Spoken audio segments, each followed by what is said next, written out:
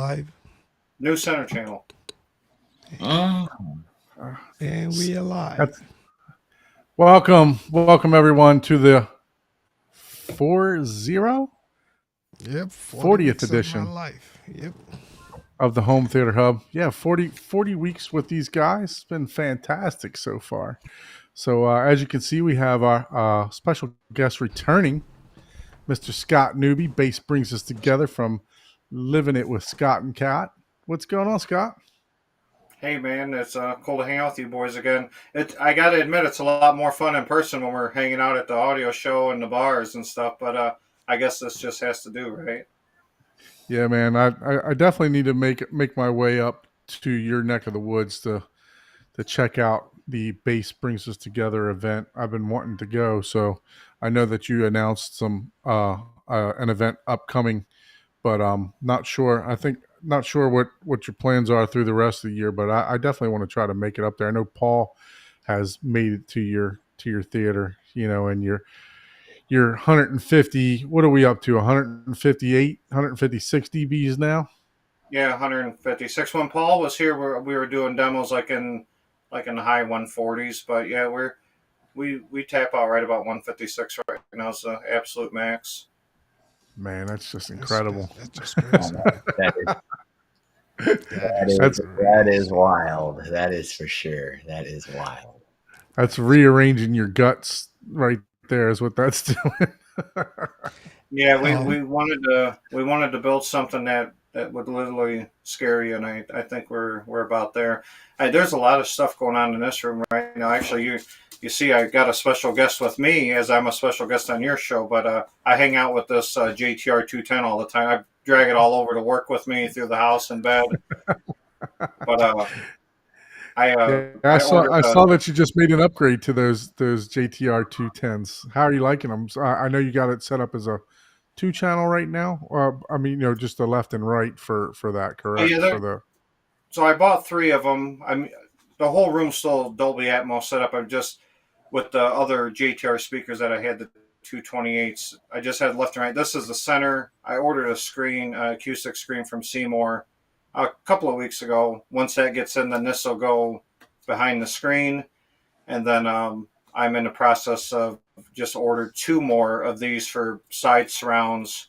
And then just my whole bed layer will be all the new JTR line, the 110s and the 210s. And changing over to an acoustic screen will be a huge improvement in this room. And then probably next year I'll do the RTJ in ceilings for the Atmos and get rid of these clips. But baby steps, man, with all this stuff, buying 3 speakers, 2 speakers, a screen. You know how that shit goes. It gets these speakers though. I heard a prototype of these because I had no plans of changing out my 228s until I heard these, and it really they really blew me away. So I had to make the change. The 228s I had for about 4 years, but they were a 15-year-old design. That was one of JTR's initial launch speakers. So a lot of stuff with the crossovers with the drivers, the actual design has evolved so much in the last 12 or 15 years. And once I heard these, I just couldn't get that sound.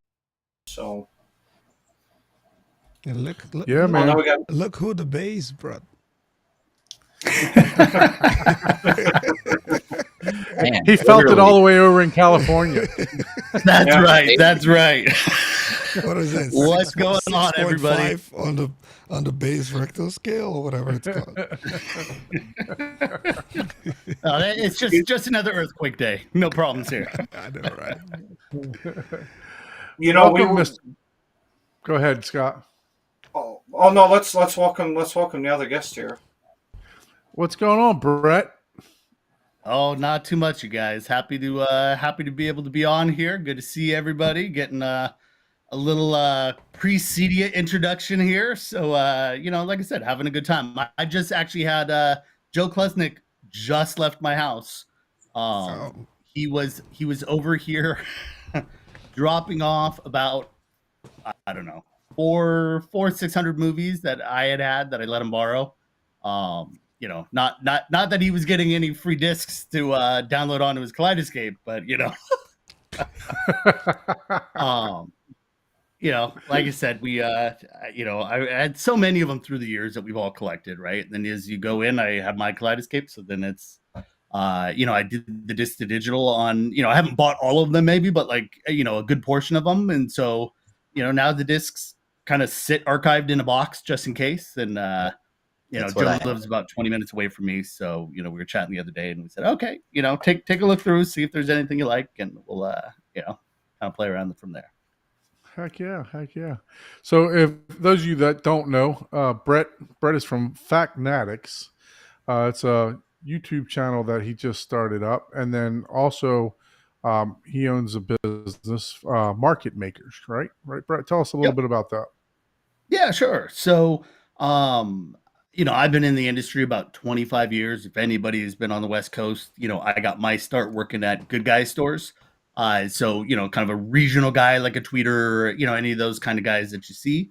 And we're, you know, had a passion for it. Loved the industry, and then got recruited to the manufacturing side. I built some, you know, project management groups, ran product development, ran biz dev, built the first Beats by Dre headphones, worked at Bowers and Wilkins, built Harmony remotes. You know, so you know, it's been a blast of a career. And then my last spot was at Kaleidoscape, where, you know, now generally what I do is build training programs. So, you know, training certification programs, typically for the integrators. So that's the market maker. That's the let's say the business side of what I do. You know, that at least pays for some of my equipment. And then, you know, really after, you know, after this last one, we have some industry awards called Quest for Quality, which are kind of cool because they're voted on. You can't apply for them, so you can't pay to get in. You can't do anything like that. And they're written in. So your name has to be written in by the integrator. So it's kind of a nice one because it means that they're actually paying attention and think that you're, you know, trying to help them with their business. And so then, you know, like I said, I kind of started Market Maker and went out on my own. And so now the goal is to help smaller businesses, smaller manufacturers that maybe don't have the, you know, the funds for a big marketing team or a big training team. And I help them to build good training certification programs so that hopefully, you know, when we go in there as consumers and we want to know the latest, that they know hopefully as much or more than what we know. Right. You know, Right. and that's changed, frankly, a little bit through the years, as I'm sure most of us that actually do pay attention and have a passion for it. You know, we find that often we seem to be a little bit more in the know because we're watching the forums, we're watching the videos, we're doing all that stuff. And so really what my business does is try to convince manufacturers for much smaller than if they were going to, you know, pay for it themselves or, you know, had to hire full-time people. I help them build those training and certification programs so that integrators can be, you know, can learn about it as well as consumers. So, and then that's kind of where the Factnatics side comes from, was wanting, you know, FAQs, right? So, so frequently asked questions. And the idea is, you know, I've got all this stuff. I'm working with all these manufacturers. You know, I'm an expert. I've been trained and certified in most of the technologies, control, lighting, shades, all that kind of stuff. In addition to home theater, CDI, ISF, HAA, you know, whatever's needed. And so the idea was, well, hey, what if I shared some of that knowledge, at least a base level? Because as we also know, you know, and I only come onto the shows that I like, so I think you guys do it right. You know, but the idea is, you know, anybody with an opinion can be in a forum, you know, or create a channel. And there's a lot of what we see that's not accurate, right? And so, you know, the idea was creating a place where if I have a question or I'm not sure, you know, I probably have the answer. And if I don't know, I don't make something up. I literally go to the engineering expert at that company, you know, who would know it, right? And so that way, anything, you know, the hope is that everybody feels like anything that I say out there or put out in a training is accurate and, you know, and meant to inform. So, and Yeah, I have a blast absolutely. doing it. Yeah. Yeah. So this is Brett's YouTube channel. So make sure that you guys head on over there and subscribe. There's some very interesting videos going on over here. So Yeah, you know, there are it's, some good ones. So, you know, I've done some work with Anthony Gramani, as most of us know who he is. If you if you've been on any channel, he's usually been somewhere and and talking about acoustics and speakers and such. And so you can actually see him right there in that bass management. But that bass management video, I posted up and it had 14,000 views in like 30 days, on a brand new channel that nobody knew about. So, like I said, and then I've got one on there on the CD booth last year. So that's the third one over from the left, is literally shows like we're showing schematics and drawings on how we built that theater room. So, it's a great video to be able to, kind of take a look. If you have questions, right? We all have questions like, where do I put the acoustic panels? Well, it's a little bit different on every room, but you know what? Here's something that kind of gives you some general guidelines to take a look at. So, good quality content on there. The lighting stuff, we don't always, so many of us get super deeply engrossed in just the home theater side. But I've got lighting training in there. As soon as we get back from CEDIA, I'm going to be doing all the shades in my house. So then I'll have some shade tutorials and a couple brands. And the idea is discuss the concepts or the category kind of generically, agnostically. And then also because, people want to know, but what should I buy? What should I do? So then I've kind of done the due diligence on some of these brands. And the idea is to have kind of a best, better, good so that people can figure out, okay, what features do I need? What price point do I have? And then you can get some general recommendations on, on stuff that fits in that area. So I'm going to kind of segue this a little bit. Do you do any work with JTR currently? I do not. Obviously, I got to hear their stuff at M-Wave, and it was pretty crazy. And I've been looking at possibly I want to see, be it CEDIA or sometime afterwards.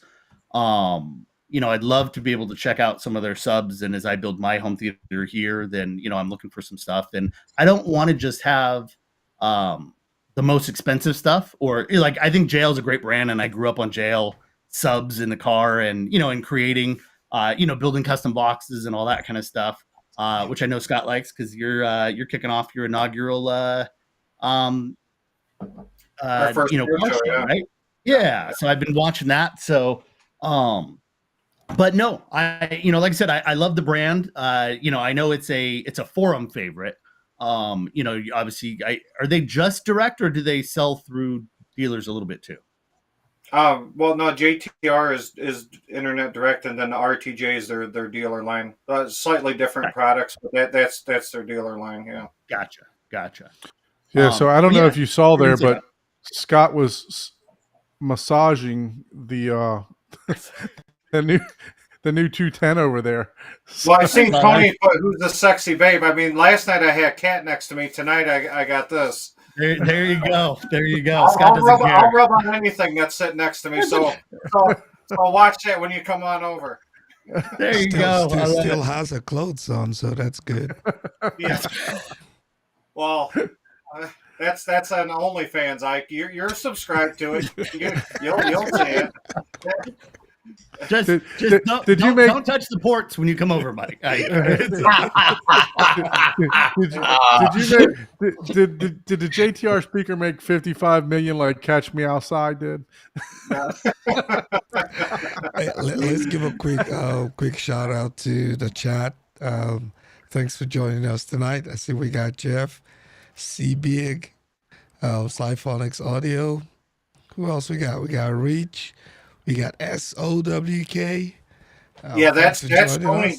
That's actually Tony from JTR. Yeah, I know. Okay. Yeah. So thanks everyone for joining us, and let's have fun tonight. Yeah, definitely. There you go. Definitely. Well, JTR, reach out if you need some training help. I know, right? Hey, but I don't mind trying some JTRs, man. This thing's crazy. Yeah. I mean, look, I want stuff that people are going to buy, that people can afford, right? It's a blast to see the big stuff, and there are people that are going to buy that. So bless them for being able to, and I got no problem with that. Yep. But at the same time, I want stuff that is quality, so I know I'm going to pay for it.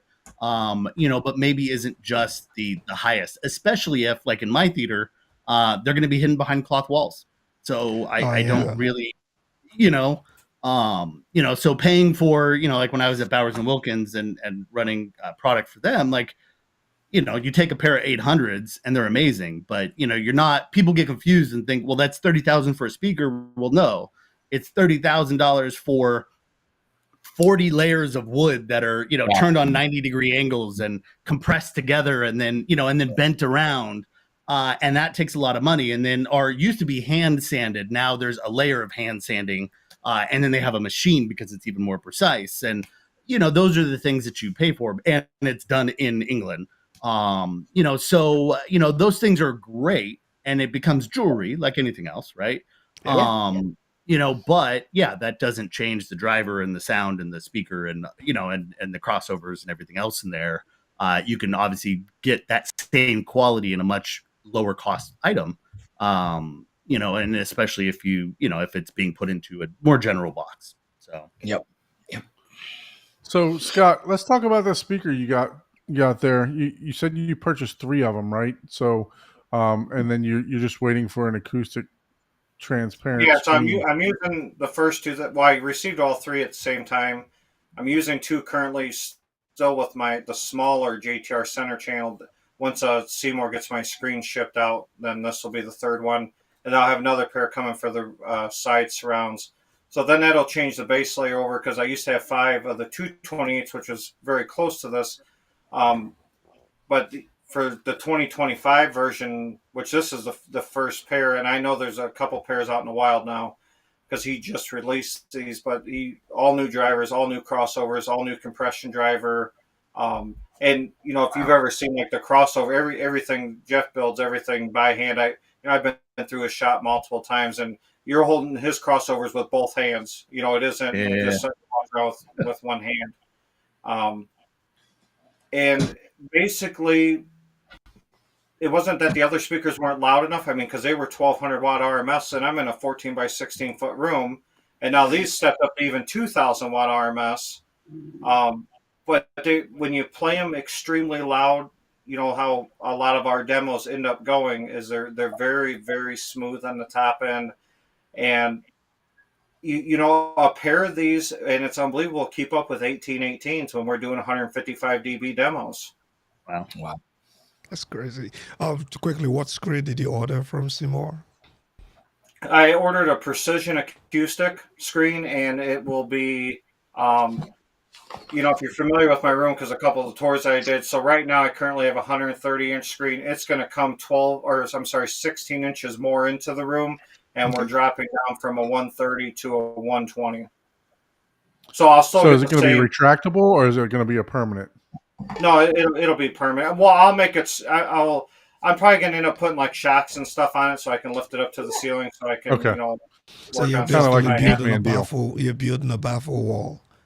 Yeah, because I didn't want to make the room any bigger because if I make it bigger, then I got to get more subwoofers. Ah, come on. Wait a minute. That's the opposite of what I thought you were. That's right. That's That is right. not what I was expecting you to say.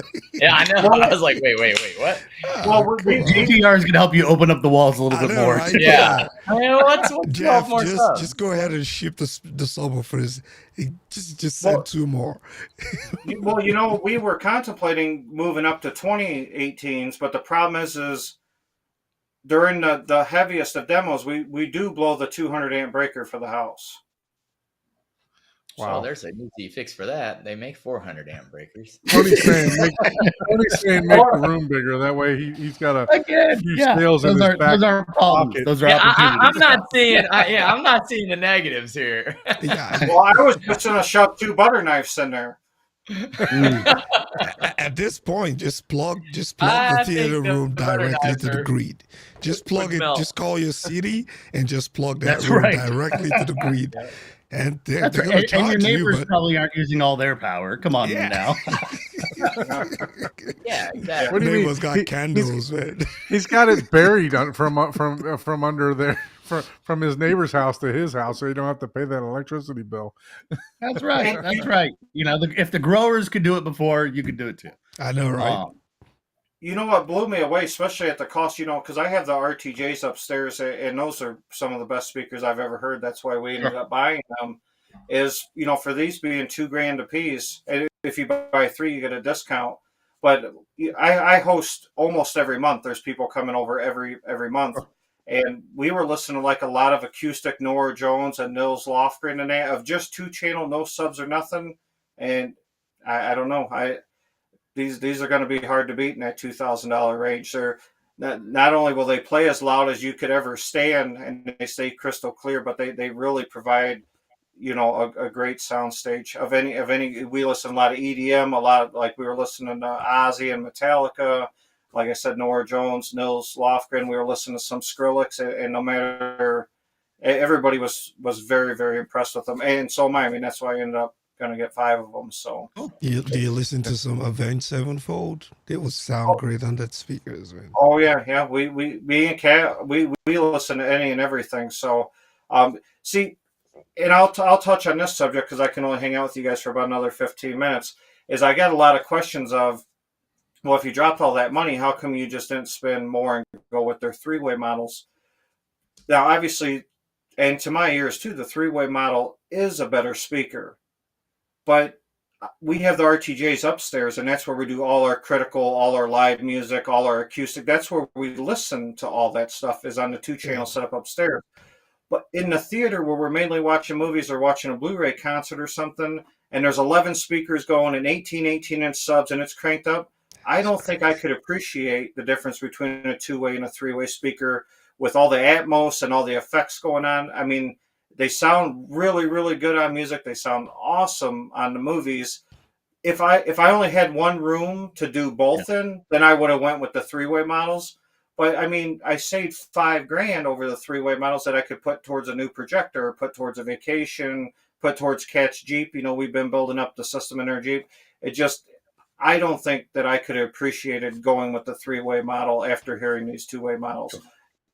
But if somebody says, hey, I'm going to use my room for everything, including critical listening, then I would look at doing a 3-way model. So those of you that aren't familiar, go ahead and pop up Scott's YouTube channel there, Ike. Those of you that aren't familiar, Scott's fairly new to this, and his channel has really taken off already. What are you, about 8 months in, Scott? Something like yesterday that? was our 10 months.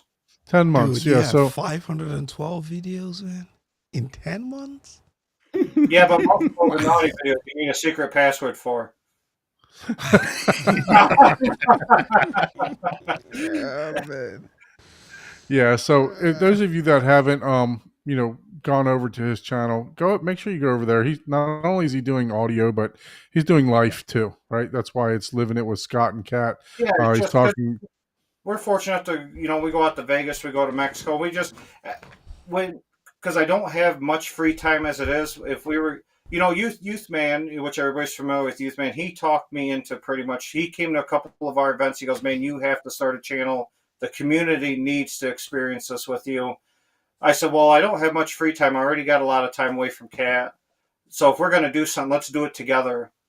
So, we just kind of do everything together.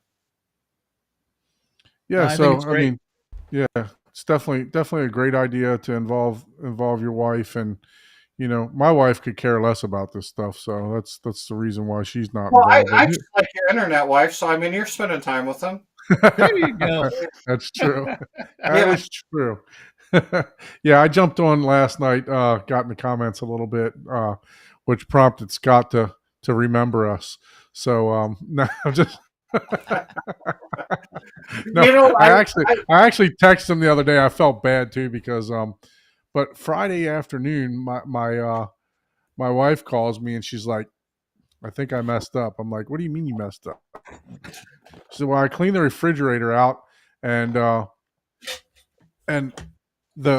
sink is all blocked up. I'm like, well, did you dump the stuff in the sink or did you dump it in the trash can?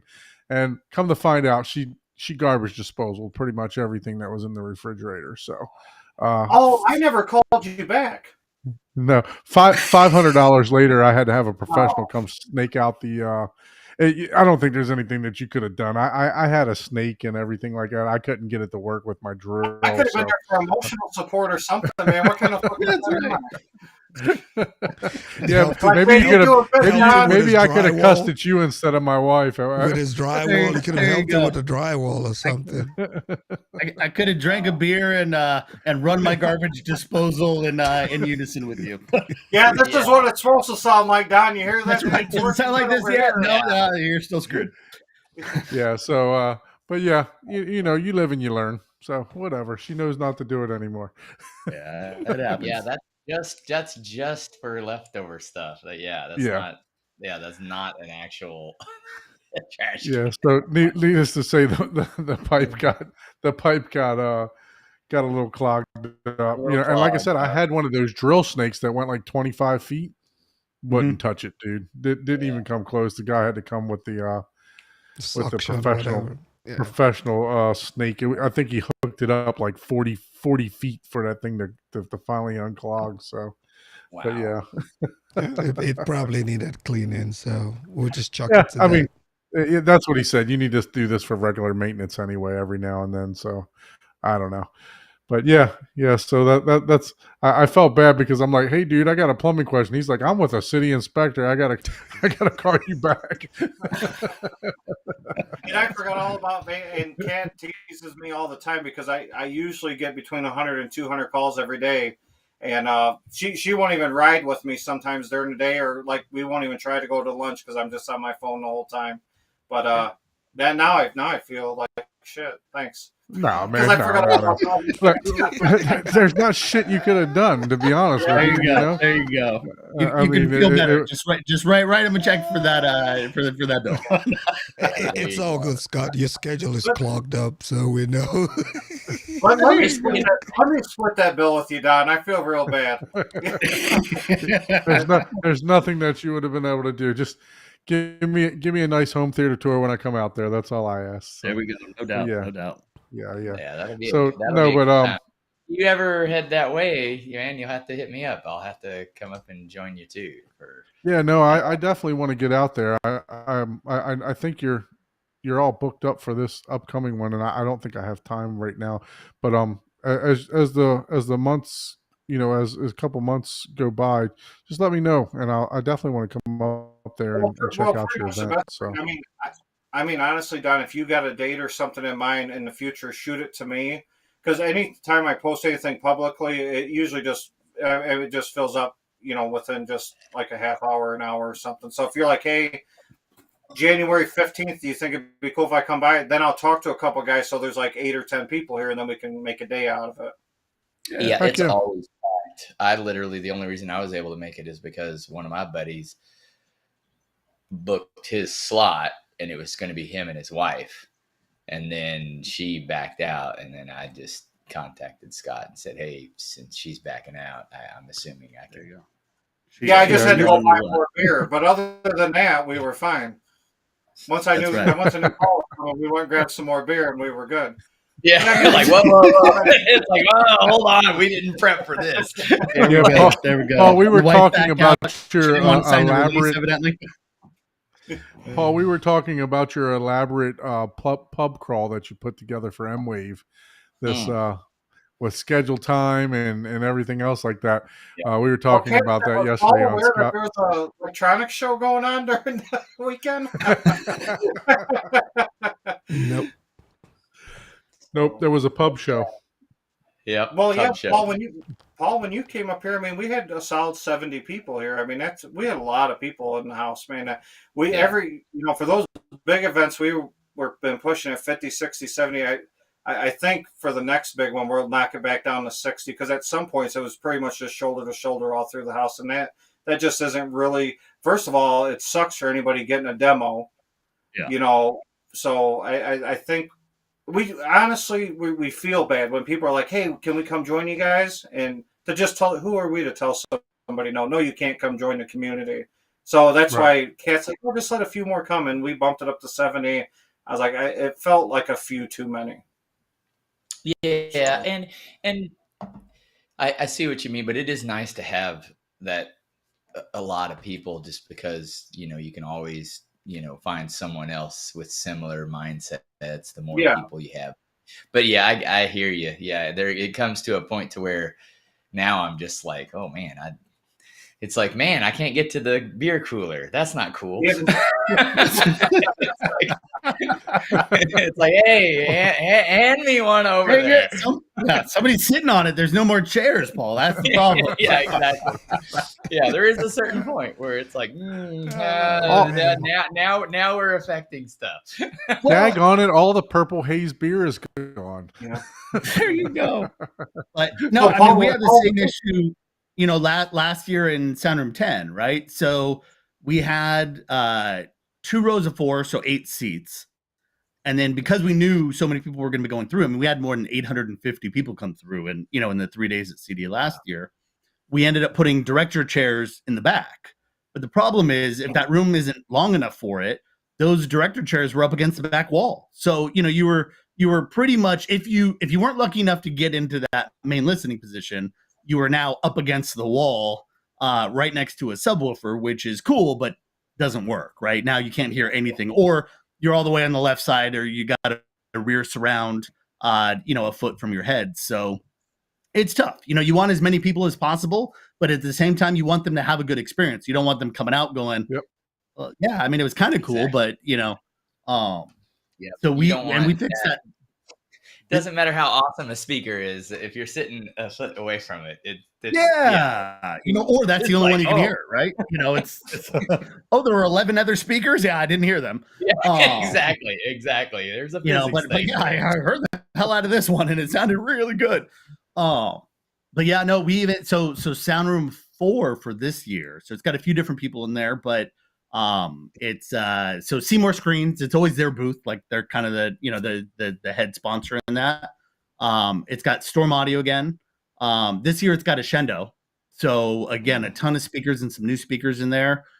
Christie Projector with their new Which model? you know, with their yeah. So you know, just it's their 4K 35 or 40 or something like that. It's I'll have to look it up, but Okay. but yeah, I mean, so it's a full RGB laser projector. So I mean, it's just nuts in what these things can do. And then Movia Seats, which this is their first CDA, but they're they're European seat manufacturer, but their stuff is just supposed to be, you know, super comfy and everything else. So I can't wait to kind of, you know, check it out and see it. And then Lumagen will be in there this year. That's so awesome. you know, yeah. So like I said, it's been but it's good. But what they did this year, so I just kind of come in and help to build things and whatever else kind of stuff they need. But they extended the booth length, right? So it's the same width, but they extended the booth length so they could get 3 full rows of seating without putting you on the back wall. So I thought That's that cool. was really kind of cool when they were saying it. So like all the other booths in that area are kind of that same standard size that CDA puts together. And then, you know, they paid extra, did whatever they did to actually get like an extra 4 feet off the back of it. Maybe even a little bit I more can than that. imagine what 6 that to 8 costs feet. because I know it's like 15 grand just to drop a Ethernet Power line. drop? So Yeah, oh God, yeah, the internet. They're like, well, your internet's gonna suck in the booth or anywhere on the floor. But yeah, for 15 grand, you can you know, have some basic internet for your product. So yeah, but, that 4 feet just cost you 20 grand. But okay. yeah, Yep. yeah, and I'm sure it did. You know, luckily that's where, you know, some of these guys like in those booths, they get smart. They partner up together, right? So they can get some Right, really cool exactly. tech. Yep. You know, they're still spending you know, an awful lot of money on it. You know, but they're able to kind of pool it together, so they're able to do a little bit more. Yeah, that audio Yeah. cables cost a lot. 15 grand. I'm happy to see that that you got Lumagen in there, you know, because they've, you know, Mad VR really when they started introducing their stuff, it really took off, and I'm glad to see that Lumagen is I mean, they've always still, been one of those kind of grassroots kind of, you know, word of mouth brands, right? And their stuff's always been great. You know, Mad VR came out, and you know, again, good friends with Joey and, you know, and Rick and all those guys. So again, great product.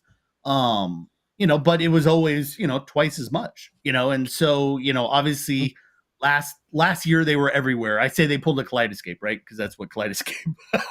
I remember Right. when I was there, we'd be calling all the vendors, who needs something for their booth, right? Or somebody would be asking, and we'd make sure all the booths, pretty much got one. For a loaner, and MadVR kind of did the same thing, right? Last year, that was all we saw everywhere. And so, but a lot of these companies, they put in, and again, I'll give them full credit, like for MadVR for doing that, because that's a lot of expense. Even if they're demo units, that's still a lot of expense. Imagine just shipping those things, right? So, but like I said, you get these smaller companies, that are great products and good, healthy companies, but if you don't do that enough. So yeah, Lumagen kind of jumped in this year and came into this booth, which I think is great. I've always been a fan of them. And then and what I always like is like Core's getting all this press because they came out with a $5,000-$6,000 system, right? The reality is Lumagen's had that for years. Right, exactly. And so it's like, they always have But kind of that's exactly why they did that, because some people were bringing wonder up if that they're point. I wonder if they're right? coming up with something new at CEDA though.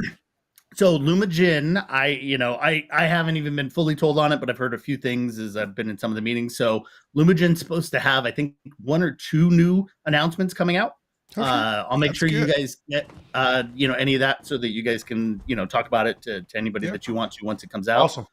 Awesome. But yeah, so I'm excited to see that, and I think they're again coming back to be competitive. Core came in and maybe woke them up a little bit and said, oh, okay, now we actually have competition in this price band. Yeah, Core shipped into the Core. So Yeah, but Jim's a good guy. Jim's one of those straight engineers, loves this stuff. So I'm excited to see it. I'm going to try, this won't be until probably end of the year. But I want to kind of put them both head to head. So, I want to see if I would love to do that too. I'm going to borrow them both, and then I'm going to buy the good one. There you go. But no, prior to me knowing I'll that buy the Ryan cheaper worked one. with there you go. prior to me knowing that Ryan worked for MadVR, I didn't know that he worked for him, and I was like, hey, do you want me to bring my Lumagen, and we could do a shootout. And of course you don't want to offend any brands, right? So No. he said we can do it, but it would just have to be on the low, right? So quiet. And I brought it up because both, Joey was talking about it. We were talking about my new stuff and some of the content, and and so Joey was happy. Like I said, I always buy my stuff so that it's not sponsored, but then at the same time, been in the industry 25 years, so I said, they'll help me out a little bit because otherwise I can't afford all of it, right? And so so I was going to do that, and then obviously as I started doing some stuff with Lumagen, then he kind of offered the same thing, and I'm like, well, obviously I don't need both of them, but I'm happy to borrow them, and like you said, I don't think it's one's good and one's bad, right? Correct. This product is good for this situation. This product maybe has a little bit of an edge in this situation. So, especially if we're comparing a General Lumagen to a Core, then, this is what you want in both situations. And if you, want to be able to see your system remote and watch it on a video, then, now you need the big one.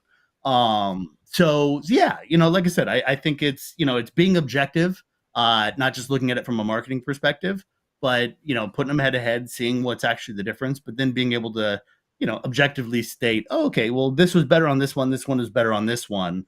You as a consumer choose what piece is more important to you. Yeah. Hey, Scott, I know you're on limited time, sir. Are you able to spin the camera around so that we can see the other 2 speakers set up? Are we able to see that, or is it going to be too dark in there to get that to see those?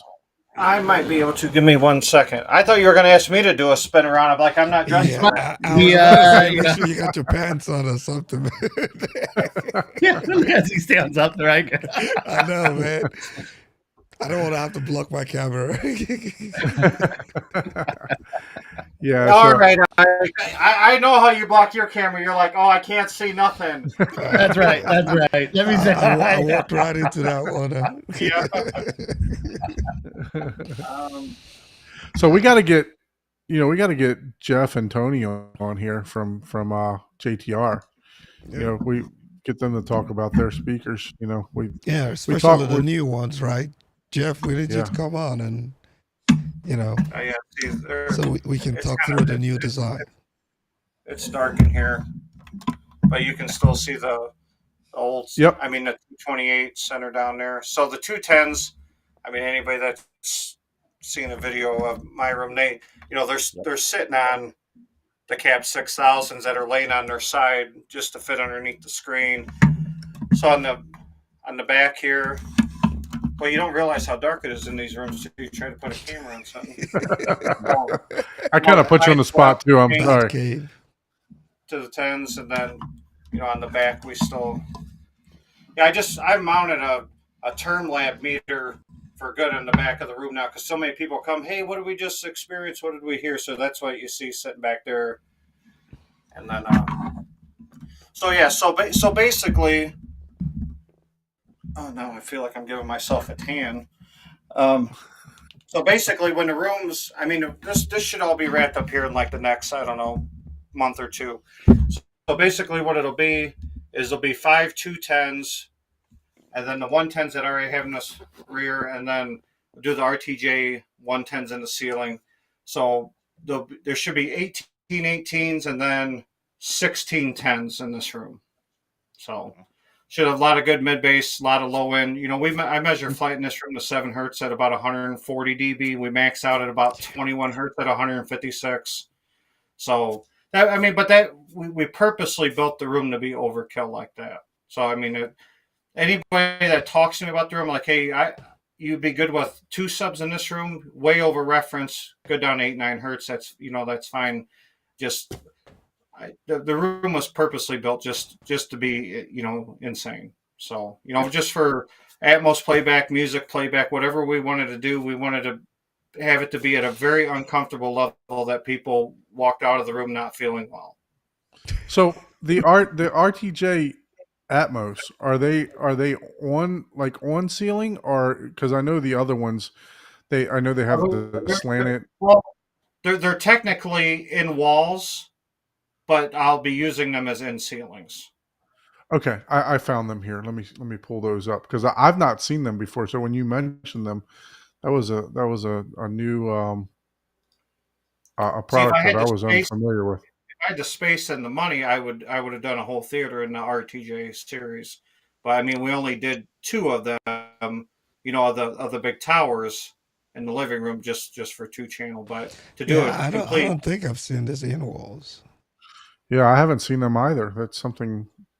I'm not too familiar with the RTJ the line either. RTJs, they're not. I'm always on the JTR website, not Exactly, the RTJ. yep. Okay, yeah, so. on the JTR page. Oh, nice. But the towers look a lot cooler.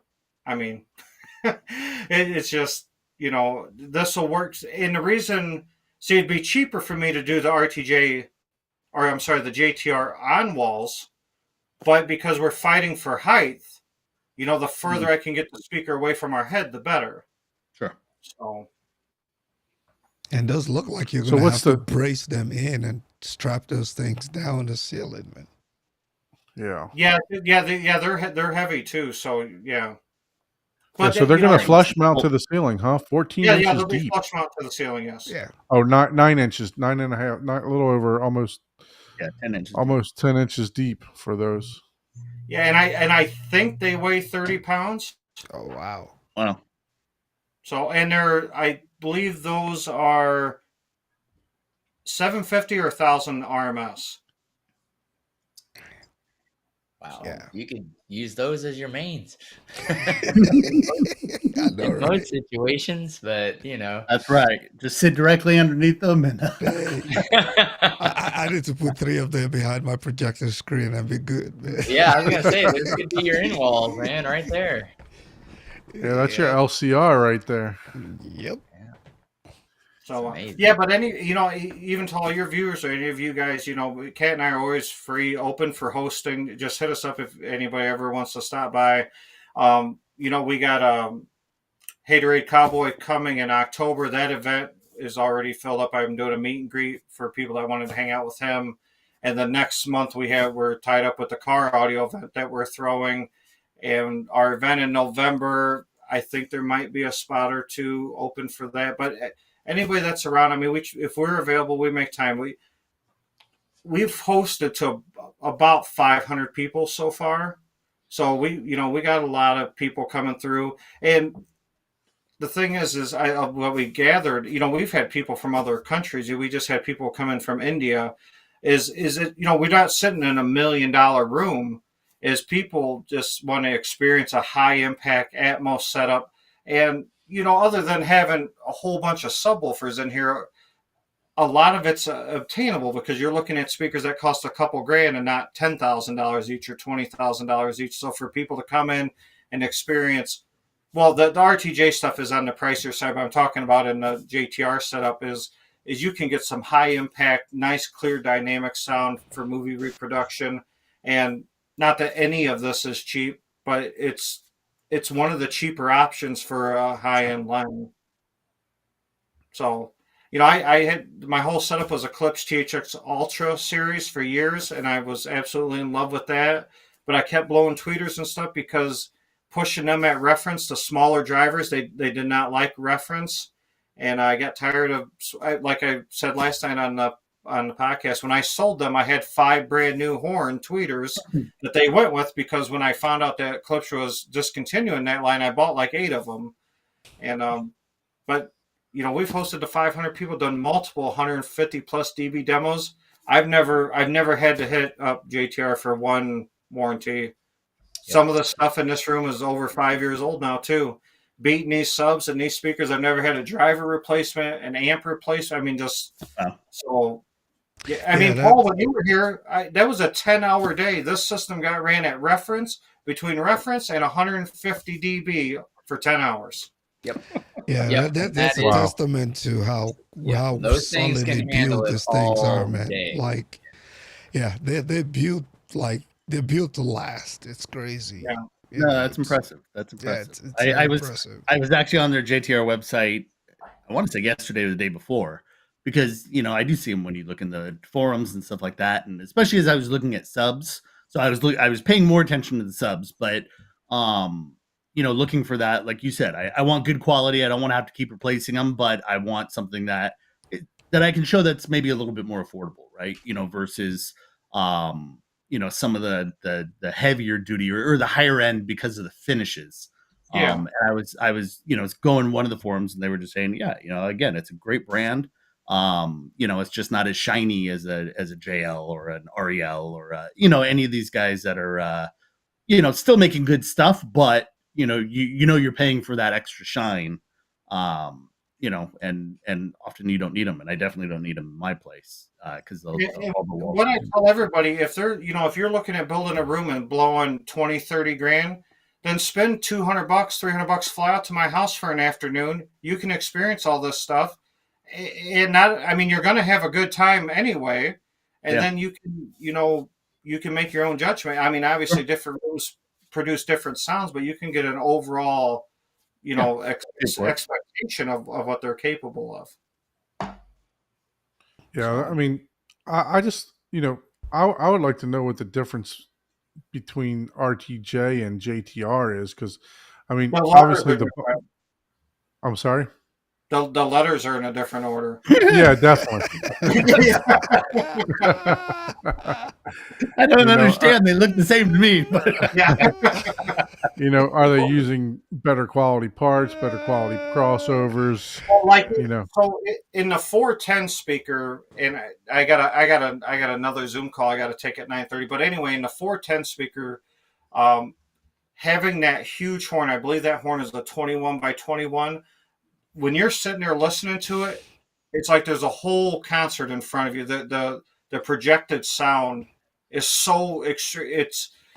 So everybody knows the story because I've told it 100 times. So we've held demos here forever, and we've always brought speakers in, or people sent speakers in for our demos. For people just listen and they get sent back. This was the only speaker that showed up, and Kat said, "Hey, I know we bought this house so you could have your own room downstairs, but these have to stay." She listened to the whole Metallica Black album, the whole David Matthews Band album till 2 a.m. in the morning. And she's like, "These are the most expensive, the most crazy speakers I've ever heard." She goes, "I actually feel like I'm sitting at the concert." And that's the only time she's ever said that. We've auditioned tens of speakers. So that wide Yeah. band, well, I mean, Yeah. you know, obviously it's very well known that the compression drivers they use, you know, are in that $1,200 to $1,300 range right away. You know, it's the, you know, one of the top line compression drivers. And, you know, everybody knows their subs. You know, Audioholics teared those subs apart, said it's been one of the best built drivers that they've ever seen at any price range on any sub. So, and everybody's familiar, you know, with speaker power amplifiers. That's what drives the subs. You know, good power, good down to 5 hertz. On that system upstairs, you know, because my microphone's only a couple $100, but I was getting 5 or 6 hertz performance. I know Gene from Audioholics was measuring like 2 hertz in his room when they had him out there. So yeah, the RTJ, see, and they look massive, and they are, but they're slim, so they work good in our living room because they're not 30 Not inches sticking deep. Yeah. So Yeah, Scott. So Richard asks, would Scott and Kat's RTJ Super Towers work in a home theater? well, yeah, if you had enough room and Yeah. enough money. Yeah, Yeah. you need plenty of room Raising money. Yeah. and money. Yeah, well, that's what I'm saying. Yeah, if you got the room and the money for sure. I mean, that would be a complete dream system for me. But yeah. So I've had people come out that they're like, "Hey, I know you got a lot of bass. I don't give a shit about that. I get into a lot of music. If I'm going to drop $30,000 on a set of speakers, can I just drive 6 hours to your house and listen to them?" Yeah. So you know, for sure. I mean, I've spent 5 hours in Target before. So, I mean, you know, doing that drive to listen to a set of speakers that I want to live with for 10 years is nothing. No, I agree. I thought about, so, you know, I'm building all my rooms right now that all have 3 different surround systems. And the idea of part of that is like, here's the various levels. But what I want to do is, yeah, people want to come out, then, you know, come out, demo it, do, you know, that's what it's really about, right? One, you get to share your passion. You know, but 2, yeah, if you can show this stuff off and help somebody make a decision, then you know, that's definitely worthwhile. So Yeah, and you know, we order some pizzas, have some beers. Everybody has it's a day of it, and not only did you get to enjoy the community, the hobby, you got to gain some information. You know, so it's a win-win for everybody. And it's funny because that's how we came up with our logo. Bass brings us together because once we started hosting events, everybody wanted to come check out the bass. So that it's addicting. So yeah. I just went to a home theater get together last week, and I try to make it out to as many gatherings as I can. I think a lot of people don't understand how open and cool the community is. A lot of people are just stuck in their basements, and they don't want to look at the outside world, and they think they're a nerd or whatever. Well, I mean, there's a lot of people out in this community that want to spend time with other enthusiasts and enjoy themselves and check out. I've been to so many home theaters that are say less capable of mine, and other theaters that cost 10 times more than mine. I don't care. I got to hear something different. I got to see something different. I got to hang out with somebody for a few hours. And yeah, we all custom tailor our systems to our personalities, but it's so cool to go check out other people's stuff and what they got going on, and how many ideas have we all gotten from seeing other people's rooms. So Yeah. but this is just an advocate letting everybody know that is watching this, or any of these, that, you know, if you got to start a Facebook group in your town or your area, you'll get people that want to hang out and just, hey man, you want to come over, watch a movie or a concert, or check out my setup? I want to check out yours. And it don't cost nothing but a couple hours of your time, man. You guys will enjoy it. So, all right, everybody, appreciate your guys' time, like always. And we'll all hang out It's always soon. fun, Scott. Definitely, you know, appreciate you joining for the little bit of time that you Yeah. had. Once again, if you haven't subscribed to Scott's channel, Living It with Scott and Kat on YouTube, he's got a lot of lives and stuff like that on there. Just I enjoy watching. Scott's a funny guy, as you can tell. Talking Just about like spinning and sitting and all kind of other stuff. But Well, you know, you guys run a marathon. I get up at 4 for work. I'll check if you guys are still on. I'll hop back on my way to work. It's yeah, at 4. So, I love it. you know, the after show has happened. We usually try to cut off about midnight our time. So, there you but go. yeah, There you go. but All yeah, right, guys. definitely Night. appreciate you, Scott. Thank you. Say hi to Kat for me. Appreciate Thank it. you. But, Yeah. you guys have a good show. Yep. Have a drink. Have a drink for me. Oh, right here. Cheers. All right. See you guys later. He has got. Bye. So I know that Brett's got some interesting stuff going on over on his channel too that I wanted to touch base on, but I knew Scott was kind of. No doubt, no doubt. I'm just happy to hang out with it. I'm a subscriber of Scott's as well, so like I said, I think it's I try to at least subscribe and support. I don't always find that I have the time to watch everything because there's just so much good content and so many friends that I have, right? So it's like, okay, I want to come on and support and do this and that. I think yesterday I was on with Matt Pose, and the day before with DJ, and then I'm going on. I didn't hear the Matt Pose or DJ one yet. Yeah. I usually wait. So I own a business, and I have to. I load my trailer with product on Saturday, so those longer shows I usually try to just listen to a podcast or whatever while I'm working. I was talking with Joe Klesnick, right, who's been on a lot of those shows and is always a fan in a lot of them too, and so he was telling me, because he's got a fairly long drive, and at least some of the times where, depending on where he has to go for work, and so that's when he usually listens to like DJs, especially the podcasts, right? And so I love that. My thing is, because I'm working from home, it's such a short walk from the bedroom to my office, and sometimes I feel like I don't leave. It's a long walk. It's a long drive from my bedroom to my upstairs. That's right. I don't even go there. Mine's literally the next kind of room over. So, and then I blink, and all of a sudden it's 3:00, and I haven't had breakfast or lunch, and oh yes, and then I blink again, and it's after midnight, especially this last month. So it's been it's been crazy, but we've got some really cool stuff going on. That's good that you're busy, right? It's better to be busy than bored, right? So true enough. I have a question. Is that a Les Paul hanging in the background over there? Or... So it is not a true Les Paul. It is a Sunburst, but it is actually signed by around there. So it is actually signed by Slash.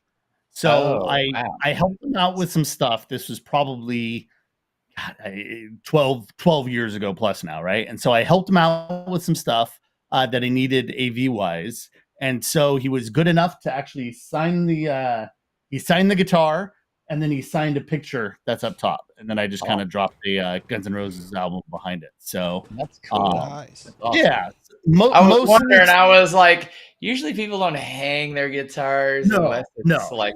So in this case, I saw there was a signature there, and I was like, wait a minute, if that's the Les Paul, and I was like, what? You got more hanging on that wall than all your theater stuff. What the hell's going on there? But, no doubt. Yeah, no, it is. It's a lower end reproduction, of it, but it's what he kind of uses to sign, because it looks like it's just a slightly lower end version of his. Gotcha. Of the guitar that cool. But still, the fact that it's signed, that made it amazing. I was like, it's the signature. Cool.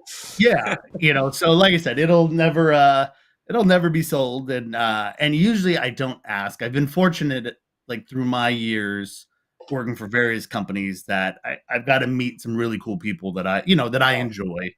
But I always took kind of a position where I get that opportunity. I don't want to totally fanboy on them and like, hey, can you sign something? Can I take a picture? Can I do this and that? Not that there's necessarily anything wrong with that, but like usually I'm trying to conduct some business with them or do something else. So, you're trying to keep like a different line to it. Yep. And so, of all the people that I've met, even like Dre, like I've got multiple products that I've done with him. But I've never gotten a signature, but I've been out to a club with them, so it's like, I just kind of take that would be me. I would be like, yeah, okay, you're famous, but do you like that party? That's how I am. I don't care. One time. Yeah. And guys, and they're like, who's this guy?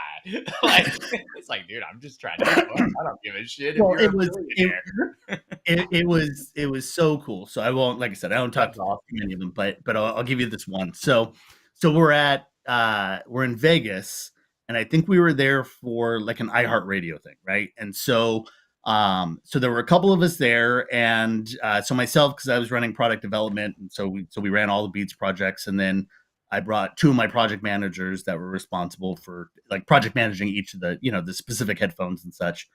And so we were out there, and so they roped off the section of this, more of a bar, but kind of a, you know, like I said, there's a little dance floor, but it was more just like a you know, a kind of a hot bar. And so it was like Jimmy Iovine and Dre, will.i.am, Skrillex was actually spinning. There was just it was just some cool stuff, right? You know, and it's like, but you don't want to be the one to like be taking pictures because then it's not cool, right? Yeah, you know, you're in that totally spot. I've been to places where they'll usually have bars where they have 3 or 4 different levels of the bars. And either I've known someone that's known them or something, and I'm up there and I'm like, I don't know who's this, and I won't name any famous names, but it's big, very big, popular bands and people, and you're on the floor with them, and I'm like, I don't know who, and It's so much. yeah, it's that's so awesome. much fun. Yeah, you know, it's so much fun with it, and you know, my career has taken me all those different places and doing different things and all that kind of stuff. And so, but that one was just interesting because, you know, you see all these pictures and you kind of see him, and Dre is, you know, he's straightforward, but he's a nice guy. You know, he's totally professional. As you get in there with them, everybody's having a good time, but the guy is built. I mean, he, you know, it's like that again, 10 years ago. So, you know, he's gotten a little older, he's doing this and that, but the guy is just huge. And so, you know, you just see that and it's just so cool, you know. And we had one other time we did a Grammy trip, and I was doing some stuff with Nokia, and they sponsored some things. So we were there, and the day before there was this Grammy party, and that Rock Nation was sponsoring. And so we're in there, and I take my wife, right? So she loves me at that point. It's like I'm taking her to the Grammys, where, you know, it's stuff you don't realistically people don't get to do, right? Right? And so, you know, I take her with me because, you know, if I didn't take her with me, oh my God, I can't even imagine. And yeah, you know, and so, you know, we go out there, and the day before there's this party. So we're running around, and then, you know, we've been there for a few hours, and there was even a more roped off section that we couldn't get into, you know, that had some really uber famous. But we're you know, so we're in this other area. We're all having a great time. Everybody's been, you know, we're all out there eating and drinking, and then all of a sudden, Snoop comes out with you know, a few of his kind of entourage, and so he walks by, and he's got this like super heavy coat on, right? You know, like fur coat, so it's all kind of. And as he's walking by, we're right there, and as he's walking by to get into this other area, and so he brushes up against my wife. And my wife's like, "Oh my God, I had a contact high from Snoop as his jacket brushed like up against literal. It's like, and, wow. And it was just like, she goes, you know, and it was. I was another 2 feet away from that, but yeah, as he walked by, he actually brushed up against her. She's like, "Oh yeah, you could just smell it on his coat." And, you just teed this up for me, because this. I was literally going to ask you this question. Yeah. Prior to you even getting into this whole story, so you actually teed this up for me. Can you share the screen for me, Ike? Yep. Let me find the screen. I know, right? I'm like, so what are you smoking to give away a $4,000, $5,000 Cedia trip? That's what I want to know. Oh, I know. Well, so last month, you can kind of see it won over, right? So I gave away a pair. So I started, you know, this is a newer channel, you know, and I'm having some fun with it. It's not, you know, I don't expect to get rich off of this channel. I just want to create community. And so, you know, I was doing a review of the PX7 S2Es, right? So the newest Bowers & Wilkins headphones. And I had helped make the design of the PX7 S2. So I was running product development at the time. They had their PX7 had just launched, and it sounded great, but it didn't quite do everything it needed to. And so I pushed for that headphone and that new design, and I actually worked with the designers to build it. And so I wanted to hear it, right? And so I picked up a pair. They had them on sale. And I said, you know, and again, I called Bowers. So they had a sale for everybody, which meant that even their, you know, they gave me a little bit more of a discount. And, you know, so I said, okay, well, if I'm getting a deal on these, I'll buy a pair for myself. And then I'm going to buy another pair to give away, right? And I ended up giving 2. I gave one away at M-Wave, just for M-Wave people. So, you could register there for it. And we had a blast with that. And Taylor won those, that pair. And then I gave away another pair at the end of this last month. And so, again, great guy, Tim Miller, won a pair of $400 headphones. But we had a great time with it, and people were having a good time, and they were, engaging with it and, leaving comments and all those kinds of things. And so it was fun. And we're prepping for Cedia. And, I had already started putting some of these things together because, like I said, I don't, I just kind of help out with whatever sound room, Chris Seymour and Storm Audio and all those guys. They're good friends. And sometimes they just need to help with a few little things. Or last year I was there. That was really when I got to meet everybody. I was doing some work with Anthony Gramani. So then that's how I kind of got in there. And so, they wanted some help with some videos and some stuff like that this year. And so I kind of made a deal with them and said, if I do all this and I'll kind of help you guys out, I'd love to be able to host a special event in this room, like stuff I've never seen before, right? Everybody gets to go, and Don knows because I'll walk you around to whatever booths and get you in, and you spend 20 minutes with the CEO of somebody, right, or this or that, and you kind of interview them, right, and that's your Cedia press coverage. That's how I met Ike, actually. When he was doing some stuff with Youthman, right, and that was Cedia a couple years ago. And so, I've always enjoyed that, but my thing is, it always feels like, it's still great to do. So no discounting on that, but it's kind of like the same CEO is going to give the same story 10 different times. Right. And, maybe everybody's got a slightly different line of questioning because we all have different, kind of thought processes and what we're trying to capture for our channels, but it's tough to get super into it in 10, 15 minutes. And, and everybody's busy and running around. And so the thought was, well, what if I could borrow the room for the night? 2 or 3 hours. I actually got Cedia to approve it because you can't just hang out at Cedia after hours, which we found out last year. Yeah, I heard that story. Oh yeah. They almost body slammed us out of. Oh God, that was so bad. And I understand from a security perspective, right? I understand this stuff, but they actually brought out one of their heads of security. And so the story went, I planned kind of the same thing to do last year, and had everybody there. Everybody kind of, a few people caught up and, and this and that. And so we met up, I think we were doing something at Prolux, real quick. And then we walked over there. Well, somebody had gotten to the booth first. And as they walked in, they just had a normal visitor pass. And so security stopped them. And then they're like, hey, I'm with Brett. And so, security stopped, but security then walked over to the booth. And then I come over a couple minutes later with 10 people behind me. And they were just not having it. They're just like, we're going to charge you guys for doing this, and you can't do this and that. And, we're going to charge you. And, they're throwing out these $5,000 numbers. And I'm like, this is just me doing some free fun stuff, right? I can't, and they're not going to charge me because it's not my booth. Right. They're going to charge the vendors. Yeah. So I'm going to screw over the vendors and oh, by the way, now you have an extra $5,000 because Brett decided to have some people in your booth.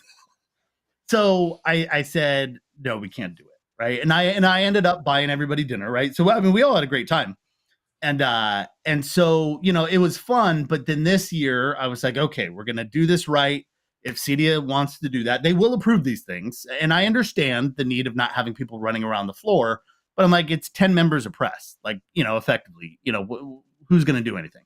And so I got approval this year. It took a little while. I got it approved a couple weeks ago. So I was just going to have press in there. And then I was like, well, if I've already got this kind of mapped out, I always watch, and I'm in the forums all the time and trying to chat with everybody and this and that. And so, it's the same as every year for the last 20 years that I've been in there. People are always saying, I wish I could go to Cedia, right? It's a bucket list kind of thing for most consumers. And something that a lot of us that are in the industry take for granted, oh, it's another Cedia of 5 to 7 to 10 days worth of work. And so, I was chatting with some people, and I was actually talking with Michael at Youthman, and I said, I was thinking, in the last couple of years, I've always done wherever CEDIA is, if you're local. And so I'll offer the same thing to, for your guys' listeners. If you're a local in the Denver area, or want to get out there, then I'm happy to get you a CEDIA pass, because even that you can't generally do as a consumer, but although there's some ways. But so I was extending that, and then it really just, I kind of said, well, wouldn't it be cool if we actually like flew somebody out? And I'm doing this event in this room. It's now a $1 million home theater, so way past what I can afford or whatever anybody else. But just like Scott said, why wouldn't you want to go see one if you had the opportunity, right? Exactly. Absolutely. So, and I'm like, even the people that are there, usually you get like, a 12-minute demo, which is great, but it's content that somebody else picked. It's content, all that kind of stuff. And you don't know where you're going to sit, and you don't, and that's it. Or you wait in line another 40 minutes to try to do it again.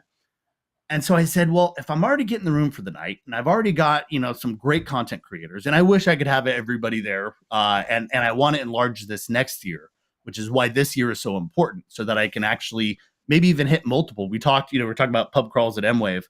I want to do kind of a home theater crawl, and hit a few booths, which is very difficult to do because it's after hours. You need CEDIA permission and this and that. But I'm like, how cool would it be if you could actually go between 3 or 4 of the top demo rooms in one night, right? And so if I did that, then I can actually bring out different members of the group and spread it out, right? And rotate Ronnie, it. you know I love you, and I could, it's like I wish I could just do this and have everybody, but I've got literally X amount of seats, and Yeah, I need to get my name on that list at some point. I think it's going to be fun, man. It's going to be great. and it's the first year, right? Yeah. So my thing was, hey, I'm sure all the manufacturers are going to want to pay for this, and and it was so fast between when we needed to do this and like, hey, 3 days from now, literally, I'm going to announce this contest. That everybody's already pre-spent all their CEDIA money. Everybody's 20% over their budget already, and Right. And so, but I said, you know what? This is going to be a good idea, and this will grow in the next years. I'm going to do it myself, And so I said, I will foot the bill for it. So it's literally out of my pocket on this. This is my marketing expense for the year. And calling in favors from obviously the Sound Room 4 guys to be able to let me use the space, and I'm helping them with some setup and some other stuff kind of in exchange for that. And we're just gonna have a good time, and it's 3 hours. You're gonna be at 90 dB so that you don't break anything overnight. I made a comment in one of my videos, and I'm like, hopefully they made that extra power drop, because we're gonna be pushing this stuff. But yeah, they didn't make me sign any contracts or anything. So no, we're going to have a good time. Obviously I want them to be able to get their demos the next morning. So, we'll try to be careful. But no manufacturers, not that it's a bad thing for those manufacturers to pitch their products. And I know a lot about the different products, so I'll obviously be explaining some stuff, but effectively I've got, 10 content creators that are out there. And then in this trip, so I've got the, you guys have it up in there. So that first, the first top left, and you can see the QR code on there. And so it just talks about the rules, but effectively, you hit the QR code. It's just name and email. So I know how to get a hold of you. Nothing else. I'm not, I don't do anything with the information. Obviously, hopefully you as you subscribe and do different stuff. But I'm not selling information. I'm not spamming. I don't do any of that stuff. I just want this to be a good community. And so you go in there, there's some additional ways to get some extra entries in there. So most of the real passionate guys are doing that. And at the end of it, so on the 28th, so next Wednesday, so this is a super fast contest. Next Wednesday, I'm literally going to do a drawing. And a winner is going to be flown out. So I'm flying you out on my dime. Putting you up in a hotel. You're going to fly in on Friday, get a little bit of time on the CEDIA floor. At 5:00 when the CEDIA floor closes, we're going to, bring you over, escort you over to Sound Room 4, where you'll be with, 10 of the top content creators and myself. And we're going to do 3 hours of demo and talk technology, what's going on at CEDIA, and Just kind of general talk, not commercial stuff. No manufacturers are there, no salespeople are there. They're just giving me the keys to the place. So, and then, like I said, you'll spend the night, and then on Saturday, I'm going to personally walk you from booth to booth, so that you can experience all the other cool demo booths, right? Because, like I said, this isn't a commercial for SR4. They were just good enough to, let me kind of borrow their room for an evening. So I'll take you and we'll go see Trinov, and we'll go see Grimani just announced that they're doing a room with JVC, which will be a great room in there. There's a ton of good rooms. So, like I said, I'll walk you around. If you want to meet somebody, if you have a favorite brand, maybe you're a Macintosh or Meridian guy or this or that, I will set up to introduce you to somebody. I don't know who will be there. But I'll do my best to get you in front of the CEO or an engineer or somebody from your favorite brand. So this is something that I've never seen done before in 25 years of CEDIAs and everything else that I've been going to. On occasion, somebody gets flown out, right? I've seen that kind of happen before, but not for a VIP event where literally only 12 people in the world will ever get an experience like this in this room. And it's so limited from that perspective. Like I said, even the brands can't come in and they don't get to, try to bring anybody in. They don't get to bring in their best customer that just bought, $500,000 worth of stuff. It's this is designed to be pure. It's designed just like this to be talking about stuff. Yep. That's what makes it fun, right? I mean, that's what. Yeah. So I'm super excited about it, you guys. I would appreciate, everybody jumping in. What I want to make sure of, I have not published this out. It's easy to go, okay, well, Facebook and Instagram and YouTube, and I'm going to pay to get it out there to get more people to sign up, right? But that's not what I want. I don't want some random person who's never heard of CEDIA before. It doesn't like, really care. A $4,000 trip. Yeah. About what? Oh. Yeah. And so they're just doing it for a trip. Yeah. And why not, right? And if somebody wins, I mean, you're the winner, right? So, fair is fair and what have you. But I need to go sign up as my alter ego, man. Please do. And just show up there as Steven or something. Brett is gonna be like, Steven, what? Hey, so I have a question. I won't see anything. If you win, you're good. For the trip, is it a couple or is it a singular person? It is singular. I wish, but like I said, this isn't even a money-making opportunity for me. This is literally just coming out of my pocket. So I wish I could do it next year. I originally wanted to do 2 people, but like I said, without any kind of sponsors. So I'm hoping for next year, if I can get a lot of participation, then I can either make it for 2 or I could do something else. Now, you have the hotel room. So if you want to fly out a spouse or somebody else, then by all means, I'll get you the passes in. I'll get you, I'll pay for your dinners and your meals. I'll even find a way to get you in the room if they're into that. Otherwise, they can go explore, Denver while we're doing this. So I'm open to it. I just really I can't afford, airfare for somebody another else, flight. So, but yeah, I mean, hotel. Hey, you already got the room. So I'm open to that, but it's not a you and a companion. It's not a couple thing. It is just for the one winner. It can be. I mean, all they got to do is fly their companion. Yeah, I mean, depending on where they're at, I need to check my calendar. I might already be in Denver. That I might have to hit you up and either way, Paul, you should. Like I said, I'm always happy to just give somebody a pass if they need a pass, but sign up for it. I mean, it's open to everybody. The only thing that I want and what I'm asking for. There you go, Ike. There's your hotel. I know, you man. You can camp. Right? You can, man. You can camp with Paul. I don't know if I want to pay all that hotel. I mean, I'm going for fun, right? And I'm not making any money from going to see there. But those hotels are not cheap. This is like they are not. Well, it was funny, and again, the costs aren't the big concern on it, or aren't the point of it. But when I bought my hotel room, let's call it 60 plus days ago, right? Because I'm out there on my own.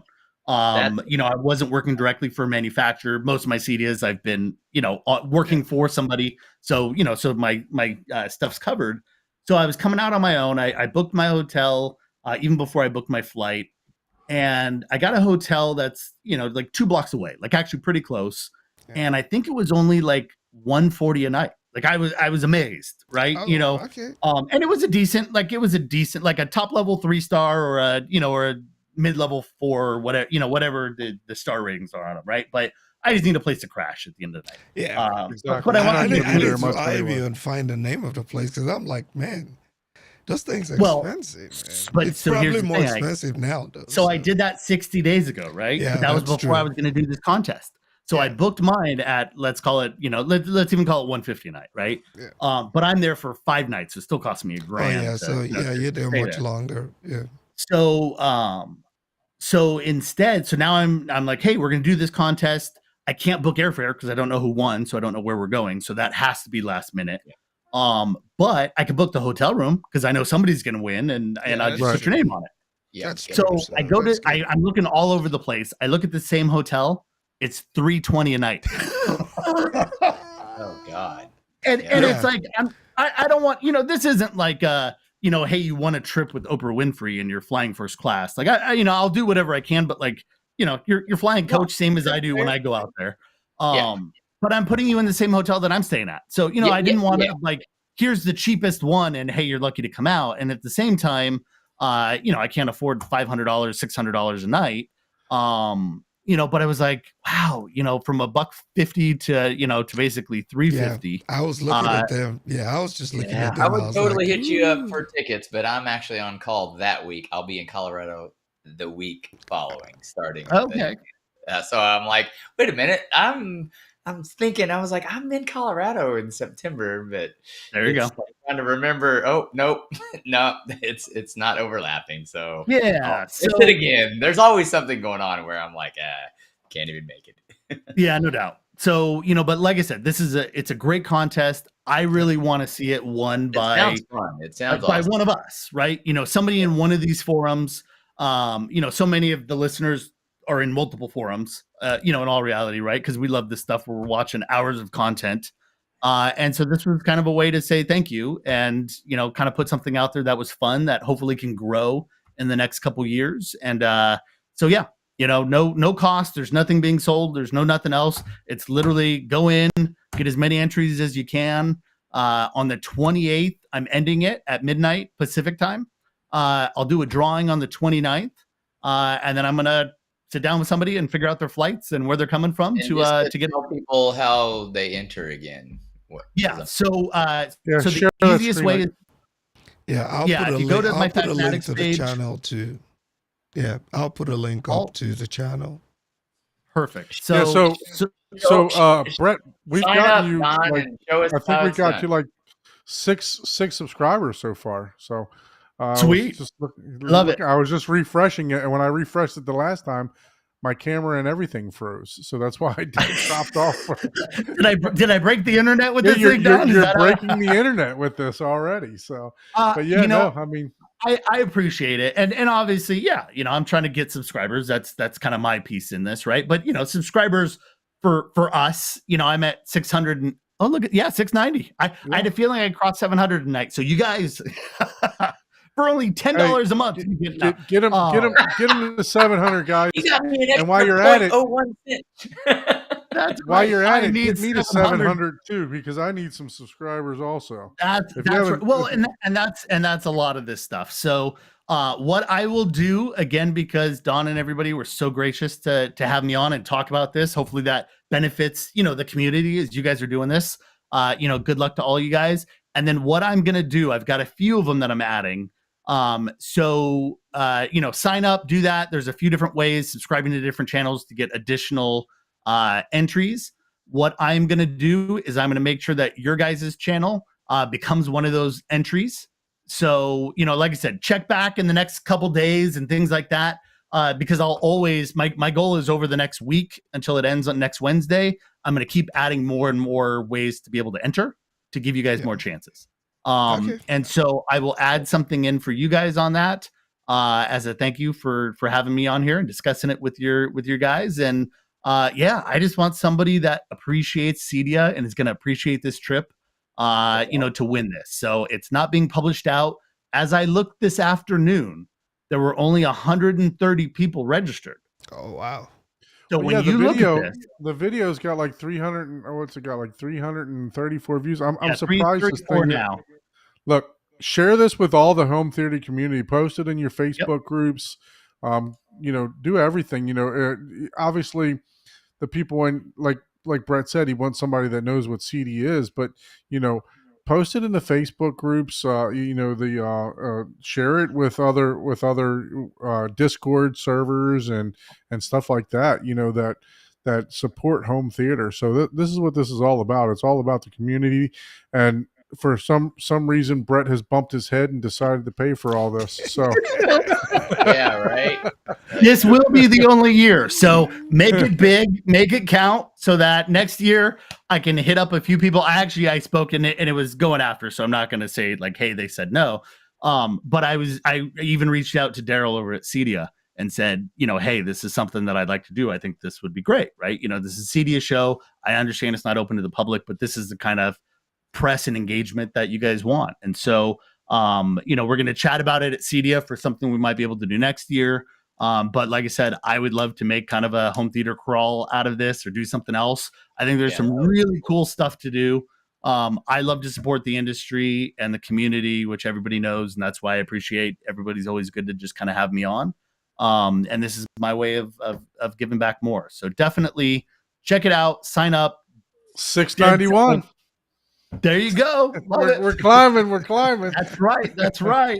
Yeah, it's like, hey, Jessica, subscribe. We got to get That's 700. right. Everybody, get your spouses, get your kids. He's like, They I don't have a put it in the trip. YouTube. You're taking the Log trip, in. but make sure that they register for it. But no, it should be a blast. I think it's going to be an amazing time. It is a true bucket list experience because you get 3 hours in $1 million theater. With a lot of other cool people that love talking tech and theaters. And I'm going to walk you around the next day to everybody else, which, you guys get to do that. You guys know how cool it is to be able to, walk into the booths and, and get to interview people and chat with them for a little bit. And, that's kind of what I'm offering, for one lucky winner. So, That's it's fantastic. Great. Yeah. If you do sign up, so just to your point, Don, about sharing it out, which again, please do. But if you sign up first, there's actually a code in there for referring a friend.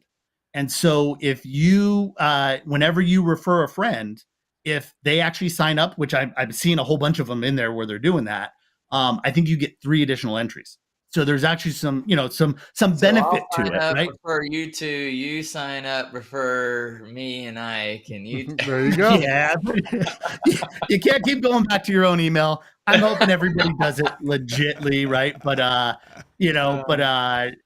if you have a problem, you'll see all my information and post something. I've only had 1 or 2 people, but I did have 1 or 2 people that maybe had their VPNs on and things like that. And because I'm trying to stop I don't want the bots coming in and Right. signing up for this stuff. I do have a few security pieces on there. So if any of you have an issue, by all means, just reach out to me and I will, absolutely make sure it gets squared away because I want everybody entering. It's literally takes less than a minute to enter. And Well, I'm going to enter. I can't make it, but I'm going to enter. That way, I can give it away again if I do. Oh, come on. I'm good for that. Like I said, hey, Man, that's a sales guy. You Man, spoke like a true salesman, man. Yeah, I know. Sounds like one lucky winner. always be selling. I'll just slot right in here and be the middleman. He's like, hey, I'm gonna re-gift this gift. That's right. That's right. No, I won't. I won't enter. I was chatting with somebody else similarly though, Don, where I was saying, hey, for dealers, give this to your best client, right? Those are the people that you want going out there. I do know, and again, this doesn't apply to too many of your listeners, but from your perspective, and if a dealer signs up or sends the intro or the video to their clients, if I know that they're tied to a dealer, again, I'll give you a call and make sure we're kind of walking them through the right way. And, what can I introduce them to? What are you discussing? Because I don't want to, throw off anybody's discussions or this or that. Right. But, so like I said, it should be good and open. But I guarantee you there's nothing else that I know of. There's no other bigger vendors that are doing this or nobody else. This is kind of a bucket list, once in a lifetime thing that, if I can get a great response this year, which I am, and I just need to continue that groundswell for the next week. I'm gonna push to be able to get a few key, I'll say sponsors because they're donating to it, but like they're not sponsored. I try to keep my stuff unsponsored. Right. But Cedia or somebody else, somebody that will kind of help so that I can send out a few people and make this even bigger and better next year, and get some more winners in there. So Yeah, that would be awesome. yeah. So I appreciate it. 692. We're climbing. We are One climbing. by one. I was watching it today, and you could literally, keep seeing people climb up. Yeah, And- you surpassed me. I'm only at 677, so you've surpassed me. But hopefully these guys can find it in their heart to subscribe to. Your I- I- subscribers are like your I will drywall. absolutely It's put slow. it will be a way to enter.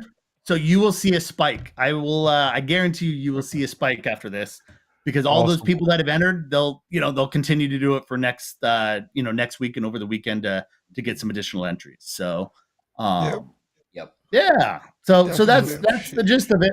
Like I said, simple enough. Enter, somebody wins. Amazing trip. On my dime, nothing, crazy. I'll get you in maybe economy plus or whatever I can do, because I got to buy these last minute, right? So what's the Delta one where they feed you and give you a bed and all that stuff? Yeah, The Delta exactly. Plus. Oh God. I know, right? You got a massage waiting for you in the lounge. That's right. Yeah, your own private masseuse that comes into the area. You're flying to Denver, bro. Well, for me, it's about a 5-hour flight, so it'd be fine. Yeah, for some people, it is a bit longer, right? So we'll see what's there. Like I said, if somebody happens to be closer, maybe I can give them a little upgrade or do something like that. But yeah, if it's a Florida or a New York, like that, but we should do something like that, but do like, how you have like the yearly, whatever, when people pay on YouTube and stuff like that, the super chats and all that. Oh, sure. Yeah. Like a thing where if it, maybe it won't happen that year because there's not enough, just add all that to a thing that like you're doing. It's like, hey, for all these super chats, we're going to, throw in a, someone to win, Yeah. I mean, like I said, I'm not doing this as a moneymaker, even not the contest, but the channel and the rest. Yeah. It's just, I see people that are constantly asking questions, and there's people that I know and that I know, like you guys, that are giving good answers and trying to educate people, but there's just so much stuff that's out there. And there's so much stuff that changes, realistically, right? Well, So, and guess what? It may have been good advice, 10, 15 we're years willing ago. to be wrong, right? That's it's like, hey, So, if you know better, let me know. Speaking of man. things that changes, go ahead and pop this up. You're just teeing me up today, Brett. Hey, What look do at that. What do you think about this? I know you're kind of planning a theater, right? You're planning your theater. So I'll start it right after Cedia. So I'll start building in October. That is a 30 this is grand. the That is a seven. 30 This is grand the- Epson. that is a 30 that is grand a, Epson This, with but 10,000 lumens. yeah, this is a Christie. I'm dubbing this the Christie killer. Not because it's any better than No, Christie, I hear you. but this is a pro level. Because here's what you don't know. This is not home. This is a $30,000 projector. It does not come with a lens. Yeah. So just You have to buy the lens. This is a true prosumer projector. They have the 6000 QL, or they have the one below this that's 15,000. We'll go to those. Yeah. Yeah, Okay, it's Epson is- basically there's the QB 1000, I think the 6000 and the 1,000, 3,000, 7,000. yeah, and it's basically the difference is 3,300, 6,000, and 10,000 lumens. The two higher ends are pro level that you have to buy a specific lens for. Right. Yeah. So this one, the QB 1000, I think it's the all-in-one. Got the lens and everything else in it. Right. It's great for 3,300 like lumens. Yep, for what I do. But yeah, again, it's the same black level technology though. Is It's it, still- is it it's native still a- 4K though? No, it's still a pixel shift. It's Ah, Pixel still a come pixel. on, It's still the Epson with four. 3,300 lumens, Force man. shifting. Yep. You know, I don't know. My guess, and I have no knowledge on this at all. My guess is they're using a smaller chip, and that's how they're getting the bright versus a 4K. That's my guess. So it's probably easier to, because your human eye cannot see, 60 hertz frequencies or X. So they're a pixel shifting.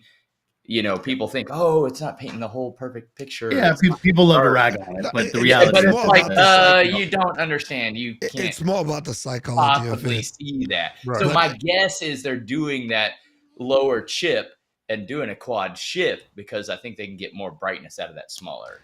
I just think it's more My about guess. it's more about the psychology of it, right? If I'm paying $8 Yeah. grand for a projector, I want a the 4K. least I Yeah. want Yeah, you is want a native. 4K. I want native higher than 4K.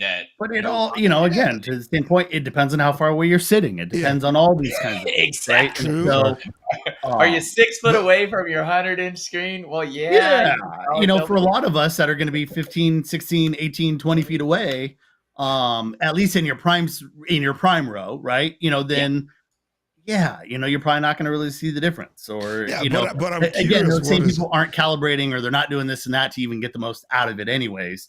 So But I'm curious what is holding them back from that. I don't think it's about the Well, like I lumens, said, I right? think what I just said, I think that's the only thing. I think they're going for the brightness and the more usable, like 3,300 lumens and stuff like that.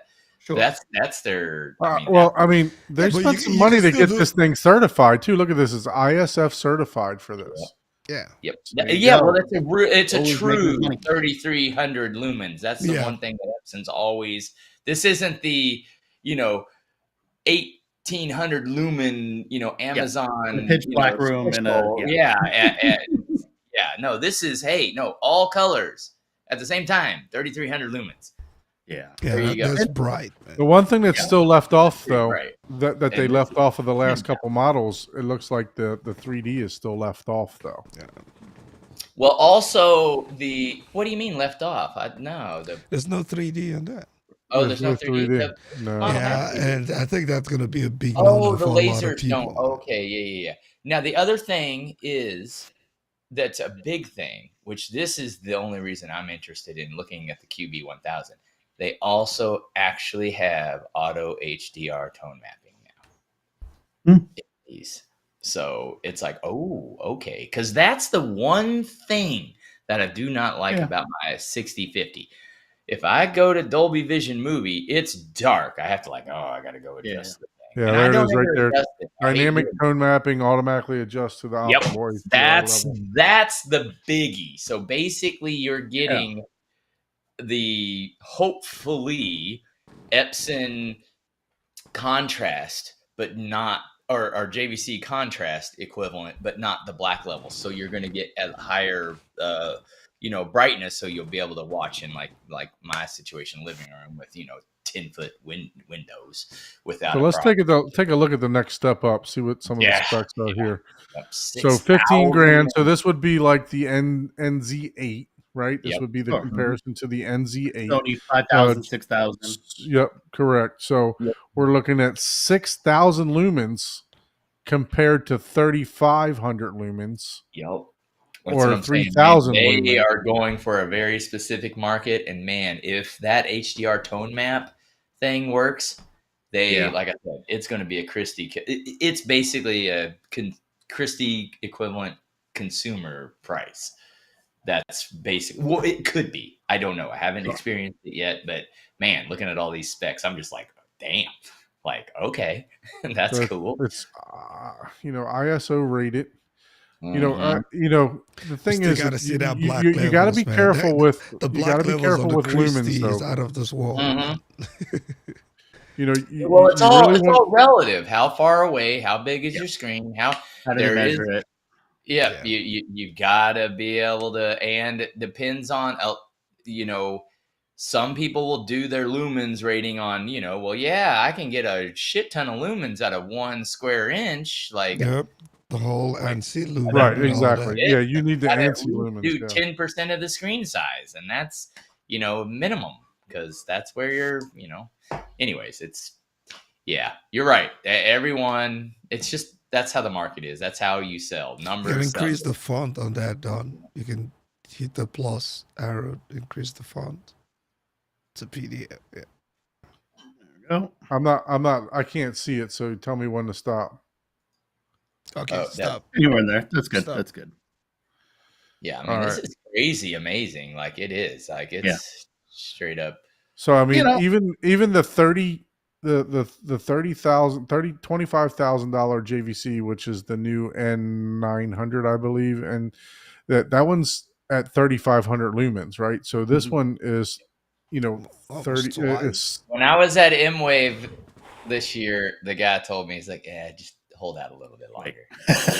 You'll be happy you did. And I was like, That's why I'm buying mine last. There certain things like speakers, like they're not going to change, right? Especially home theater speakers. A wall or a screen or something like that. But projectors, it's one of those things that change technologies, relatively often. Every year something new comes out, a better chip, better this and that. So It's those are trickle always down the areas effect. where and now that they've got the big walls and all these other technologies, it's finally, these are, I mean, yeah, the lumen, 10,000 lumens on know. the neck. well they got to compete, right? I mean, they're trying, people are saying, hey, I'm going to build a wall because I want 400, 600, 1,000 nits. I'm looking for the HDR. contrast. I'm not seeing where they're listing contrast here. Here we go. Contrast ratio 5 million. up to that's I'm turning doing the one. laser completely off, right? So Yeah. that's not. Yeah. I don't think that can be correct. No, I mean, 5 million. You to got to one. you always got to Yeah, look for the no, real that's- stuff, right? I mean, that's the Yeah. same as That's color all. space.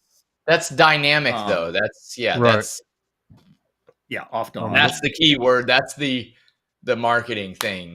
Right. That's which relatively, that's good if it is truly good at the HDR, their dynamic, their tone map, their whatever friggin' thing. Yep. It man, I want to see it. This is probably the thing I want to see the most. I'll spend some time on that because that's, I mean, like you said, it's Epson's been on a price favorite for years with people, right? Correct. You get the most lumens out of it, you get this and that. Other people will, of course, if you're in a Sony or JVC camp, you automatically start talking about lumens versus pixel shift. But as you can start getting into some of these, I mean, it's not an inexpensive product, but you're definitely getting a lot out of it because you're still in a Sony range. You're still talking about 2,500 lumens. Which if you're in a black room and you're fully light controlled, is probably fine in all reality. But if you are in a media room or you're in kind of a shared space, then it becomes a problem. You want those extra lumens to be able to combat any light that's bleeding into the room. So Yeah, So it looks like here's let the- us know in the comments what you think about this new Epson lineup. Yeah. Is Epson now an option for you if you're looking into getting a new projector or replacing an existing one? Do you Are find these it guys going to be convincing? at CEDIA? I think so. I would guess. I would I guess think so. so. They I- usually have a space. Yeah. I want to say they do some stuff off the floor, so like in kind of the surrounding like conference rooms or surrounding, yeah. downstairs. So this looks like the 4 different lenses. 'Cause I Ultra think they were short throw. downstairs. They were downstairs last year in one of those rooms with the gaming with the racing. Yeah, in one of scene. the conference rooms Yeah. near by the Yeah. signups and stuff. Yep. So now, Don, did you say? So are you coming out to CEDIA or are you not? This year? No, unfortunately, I can't make it. My wife, my son just started, new school, kindergarten, Sure. and stuff like Yep. that. I'm moving my office with the company that I work for, and then on top of that, my wife is also starting a new job too. So, Nope. just Totally I get it. wouldn't be able to. I would love to. I definitely dropped a lot of hints. I just this week. Swatting your hits away. That's right. Well, I was talking, like I said, Joe's over here right before I hopped on. and he is out on Friday and flying out on Saturday. You know, I mean, it's you know, at that point where you literally could just try to sleep. You know, So looks like this in is the going to lobby. support. Looks like this is going to But I support will, anamorphic lenses now, and then you also got the option down here. It's got 4 different lenses: the ultra short throw, middle throw, Sure. and then so yeah, that's going to be interesting to look at. Like you said, there are some interchangeable lenses, Paul. I did see that. Let's take a look at this. Yeah, The big boy here. Let's take a look at this one. big See boy, what no doubt. see what it says. This I know, Brett. You were talking about, you know, I think I heard you talking to DJ possibly about Barco or something like that. You know, going into your theater, but this could be a game changer for you. You know, I agree, and yeah, we may have talked about, you know, or Christy at the show, or, you know, and Barco was in the booth last year. I don't, in all reality, you know, my room will be 10 foot wide by, let's call it 18, 20 feet deep. So my screen can't go past 120 inch, you know, or even 110 inch wide. So you know, I don't have that much screen room, so I'm assuming I'm going to be more into you know, JVC or a Sony 6000, or, you know, something in that area. You know, versus Barco or Christie. I think they're great for what they do. I just don't. No, I don't. Yeah, I think lenses they're are best on a larger screen. amazing. If you have a 150 or something, the 200. Yeah. yeah. I was talking with one of the guys the other day, you know, on the Christie side, and it's like some of the cool stuff that I don't know, we'd have to look in this one a little bit more, but like Rec 2020 is a, you know, is kind of the color space, right? And pretty much all manufacturers on the projector side haven't been able to get there yet, and Christie can. You know, and so again, you're paying Okay. more for it, but, you know, some of those items in there are pretty cool.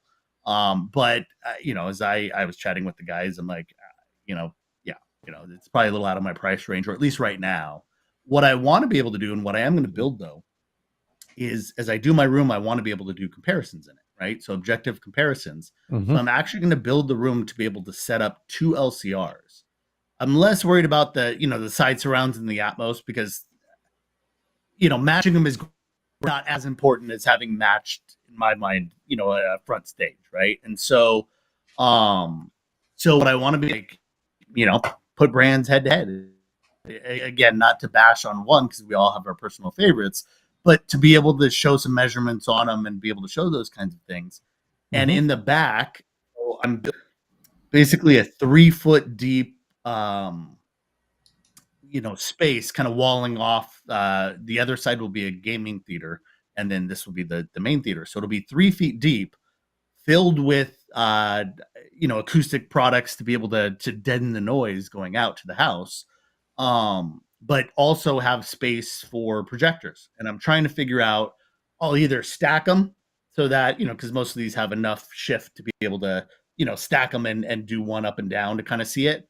Or what I may do is actually build a platform that can actually slide left and right, so that they can actually slide dead center into place. So that's where, I mean, I'd love to play with something like this, you know, and be able to show it against the, you know, Yep. JVCs, which really dominated, you know, any discussions in the projection side for most people, you know, for years. But I mean, like you guys are saying, I mean, you know, you look at these lumens and it's, you know, LCD laser and, you know, HDR. You know, the question would be on my mind, and Paul, you were saying this because, you know, it's great to have the HDR in there. It's always just a math problem of, you know, that versus a lower cost projector, and then add a lumen to your core, right? And so Yep. I think, you know, the thing that I'd love to see is not just the HDR, you know, badge from a marketing perspective, but what does that actually look like, right? And I think Right. that's where we have to see it. Yep. Yep. You know, Does it truly tone map efficiently? Yeah. Yeah. It's like Yeah. Yeah, I You know, mean, and even obviously if- with the projector, you know, to get the black floors and stuff like that, you got to be able to turn this laser on and off, right? Yep. So Yep.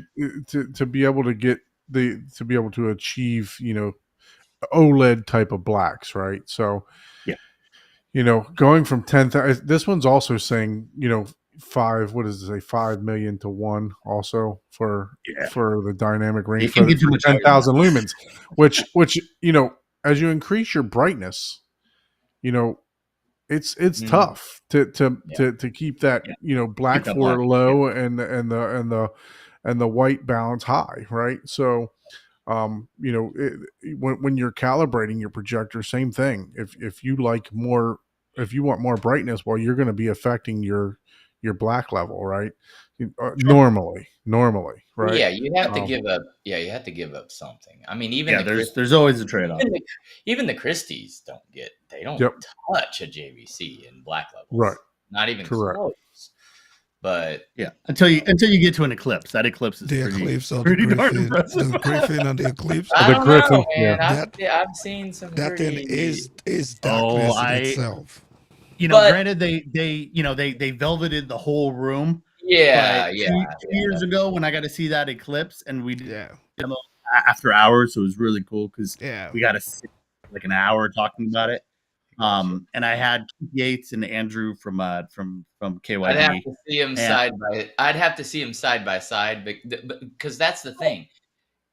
and It's fair enough, all but it's all relative, right? Because if you have Yep. 50,000 lumens, well, fuck, a white wall looks black. It's like, oh, well, yeah, that's perfect black levels. If you're, if you have a 50,000 lumen, bulb shining on you. So, it's all relative. So, Yep. that's- Yep. Yeah, this was definitely a major announcement from Epson. I was no doubt. I try to always be objective, so I'm not a fanboy of any brand. It's a little. I always want to see what they can do. So I I love this. I think it's a smart move. They're yeah, it is. they're upping the cost, but and the quality on this to compete with the JVCs and the rest. And if you're always going to get the fanboys that are like, no, I'm never going to look at it, JVC for life kind of stuff. But Yeah. but Nothing wrong no, with that. I think this solves a lot of needs.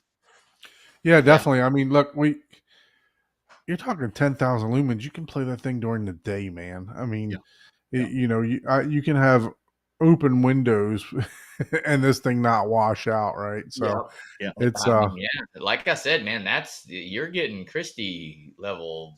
Yeah. lumens there. And that's a GTZ 380 on the Sony side, right? That's Exactly. Exactly. For a tenth of the cost. I'm guessing a lens costs you an extra $8 to $10,000 though, right? So you're probably looking at 40. You're at 40 instead of 30, 40, but still with taxes, you're paying 40 grand.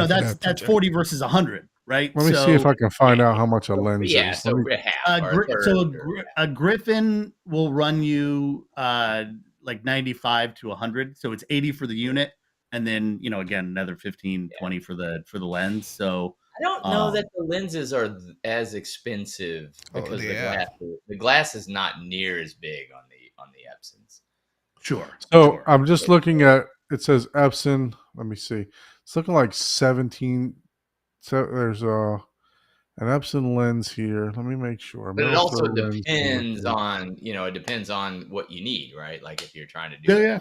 a 300 or a 400 inch screen, or you're trying to do 16 by 9, so yeah, the price of those lenses they vary. But Well, the fact that you have the capability of this is prosumer options at consumer prices. Now, relative, bougie consumers, if this isn't any, that's still 30, 35 for a projector. That's a lot.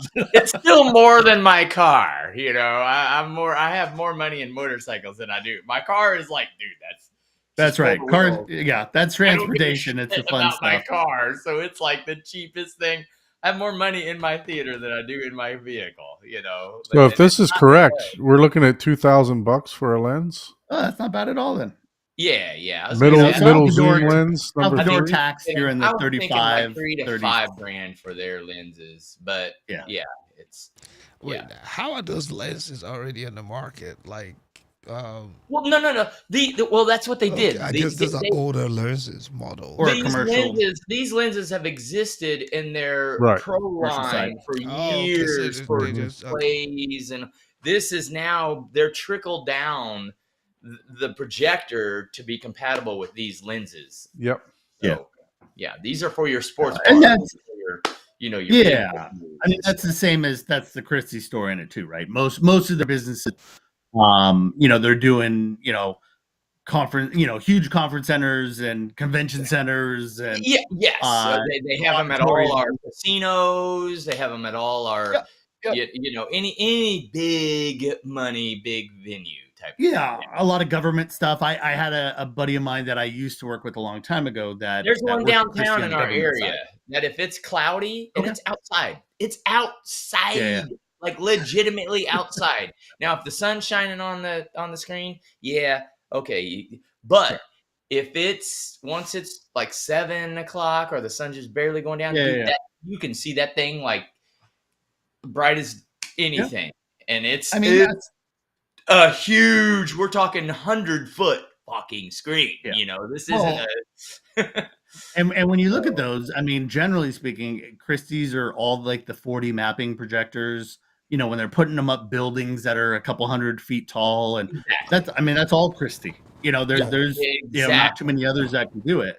And they all require these lenses. So yeah, now they just kind of, hey, we're going to make a residential version.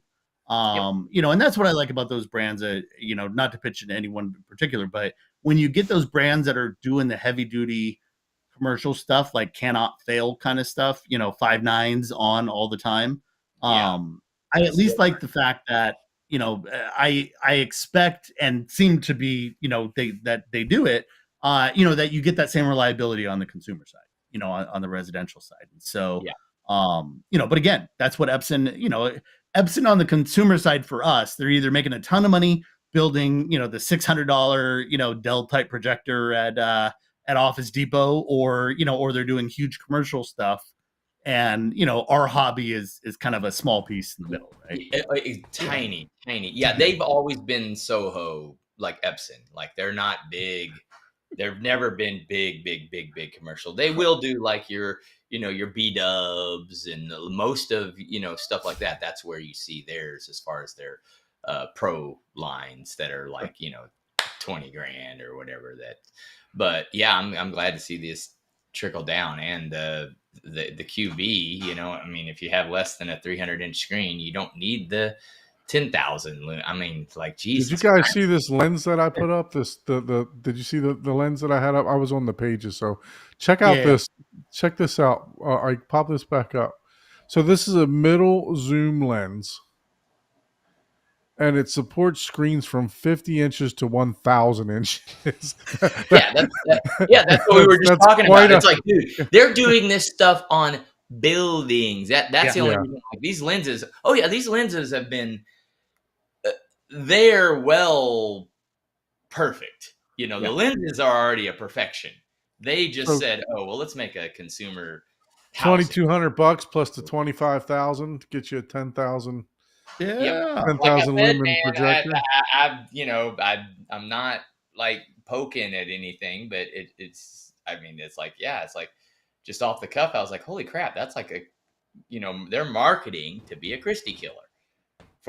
You're getting Christie level brightness and ability. I mean, look, once people see these in the wild, this could be a Sony killer. This could be a JVC killer. Anybody killer at this point. Exactly. If you're wanting those, an Epson killer. Yeah, there you go. As long as the contrast levels are it's really bright. all dependent on their HDR tone, and if it has to be The tone mapping, not so much, because Sony doesn't have a tone mapping. Sony don't care about that. It's Right. not contrast. Yeah. But it's how it's built. I mean, look, so coming from the Kaleidoscape side, we had people talking for years about wanting like the Strato V product, right? Something with HDR compatibility. And, the answer was always, who cares? It's a projector. Right. It can't get to the nits. It can't get to the, to the settings to it. I run SDR. on my Yeah, projector. I mean, It's and because that's what Well, most people do, right? science, And if you want to know the science truth, denotes it doesn't do HDR, but do you not know that your video processors, your Mad VR and your Lumigen are dropping it back down to SDR anyway? Yeah, that's how they don't know tone that. map, right? So I mean, the Don't Mad know. VR can tone map in HDR, but my Lumigen drops it back down in the SDR container. Yeah. So Yeah. it's you know, so Yeah. At the end of the day, it's all about the picture quality, right? Yeah. You know, Right. what am I getting out of this? And How does the this look? immersion it is for me. Yeah, you It's- know, I don't mean, care you know, about again, HDR on that. it's no different than I got to see Chris Deering. He did Joe's projector I don't know, a couple months back, and so I was there while he did it. And you know, just looking at the difference before and after, and hearing it from Joe as well. But you know, you can see a difference. You know, there's a difference in all these things. It's just which one's going to give you the biggest bang for the buck, right? You Right. know, and you know, which is going to help you get the most out of your screen or the most out of the screen Well, size for- or the, you know. For us poor folks, but some people are just, hey, I want Oh, something that can do anything I want. Okay, Sure. here's the Christie.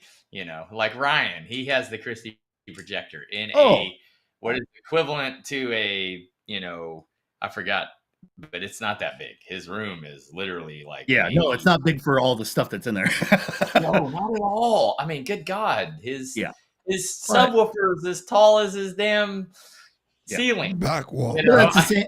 I mean, that's just the same as Scott. And That's it the same, is you know. it is an amazing theater. It is. I really like his new setup. It really is. I mean, it's Yeah, I it's- want to see it. I want to see it next year. This, you know, this last Right. year at M-Wave, I came in right at the last minute. I came in and left pretty quick, because I was teaching classes the whole time, right? And so I think I ended up teaching four courses while I was there, and so I didn't get to go out to Ryan's stuff. But yeah, I want to check it out next year because you know, and I know Matt Trinkline over at Storm was there during the show and was even further tweaking it. I think after the last day of the show, and so yeah, you know, you put those black swans with a Storm processor and all the subs and you know, and a huge projector and all this stuff. pretty nice. I mean, I liked it. It was Yeah. it was good. It was enjoyable, and That's right. Um, Well, it shows you, and it we shows had- you reference, right? I mean, it, you know, that's truly the best. Unfortunately, Yeah. not everybody can afford that, and that's okay. Now you still have a reference to grade from, you know, Yeah. and to figure out what's Exactly. important to you, right? yep, exactly. Yep, for sure. Well, look. So what future plans? You know, what are you looking at speaker wise for your theater, Brett? What's in your plans for processor? What's in your plans for speakers? And you know, and what type of setup is it going to be? Yeah.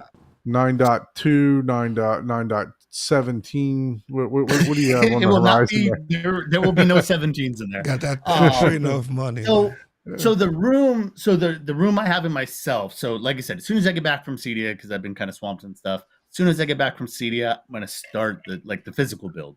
But basically, what I have is this space right off of kind of this area that I'm in right now. So I've got this side where I do most of my work. Like, you know, it's got 3 screens, and then over behind me that way, I have kind of my, like, as I'm doing voiceovers for trainings and things like that. And that's kind of like, I had to buy my first desktop in years just because the amount of video quantity that I was putting through it. And then through this door, it's actually a full fire door. Like, you know, so it's got like the 6-8 inch. So I'm going to end up padding into that. And then when you go into the area, it's only about 11 foot wide, just short of it, actually. But it's more than 45 feet. So what I'm going to do is I'm going to make a little gaming area. And then on the front half of it, I'm going to build a wall, and then we'll do double doors on it. So I can get about 3 feet deep in there, house the projector, and again, try to block out some of that noise. I'm going to take out all the sheetrock, and I'm going to move that 2 feet back because it's in a. So let me kind of let a- me clarify something real quick because I've already seen the gauntlet drop and the challenge already. So Okay. Ike decided to chime off in the chat here that Brett will be done before I will be. So are you hiring somebody to do this? Is this No, gonna I'm doing it be- myself. You're going to do everything yourself. Build Well, out everything. So yes, I mean I will literally be putting sticks up and everything else to build my walls. That and even such. makes it worse, man, because you still be done. Oh, I remember meeting Don before he built his business, before he did all the other stuff. We were talking about his theater being built. You know, I thought of a segment on this podcast that we need an hour of home theater real build. Like, Yep. we need to just cut and be like, dude, put your camera up, secondary Yep. camera, and at whatever I've 9:30, been telling it's Dawn like we should you do go that. hang it one piece of drywall, and people get to see the legit. Hey, Let's this do is it. Nobody I've been wants to telling see me Dawn we hang should a do a piece of live damn stream. drywall, man. We should do a live No, stream but- of him but- building it. But you know, it is one of those things where, so what I'm going to try to do in there, Paul, is I am going to try to document as much as I can. And you know, you can run through it and you can speed through it and you can do whatever.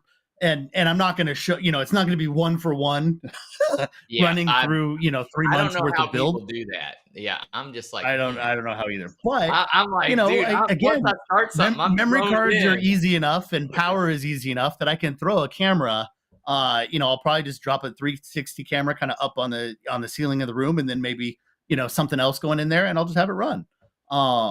Because I want to be able to show people, because always in the forums are people asking questions about acoustics and how do you do this and where do you get your placement and how many speakers and where. And so that's where I want to document it, where I can at least show, like, here's a 45-second clip as we're picking this, and here's why we do this. You know, or run you through, you know, again, here's a 3 months, you know, quickly. I always like kind of seeing that stuff. It's fun to watch, you know, everybody moving around and, you know. So is there 20 any times part a you're year. going to contract out? Are you going to contract out the drywall? Are you going to contract No, out? I'm going to the try to do it all electrical? myself. What I am doing is I'm actually pulling, you know, there's drywall in the room right now because the room is there. Okay. I'm actually going to cut that drywall out. I'm So going to his cut the drywall's already hung, so he's already ahead of me. No, yeah, there you go. But I'm cutting it all out. I'm going to push it back 2 feet so that I can create a deeper cavity, because I've got like space on the sides because the roof pitches in that area.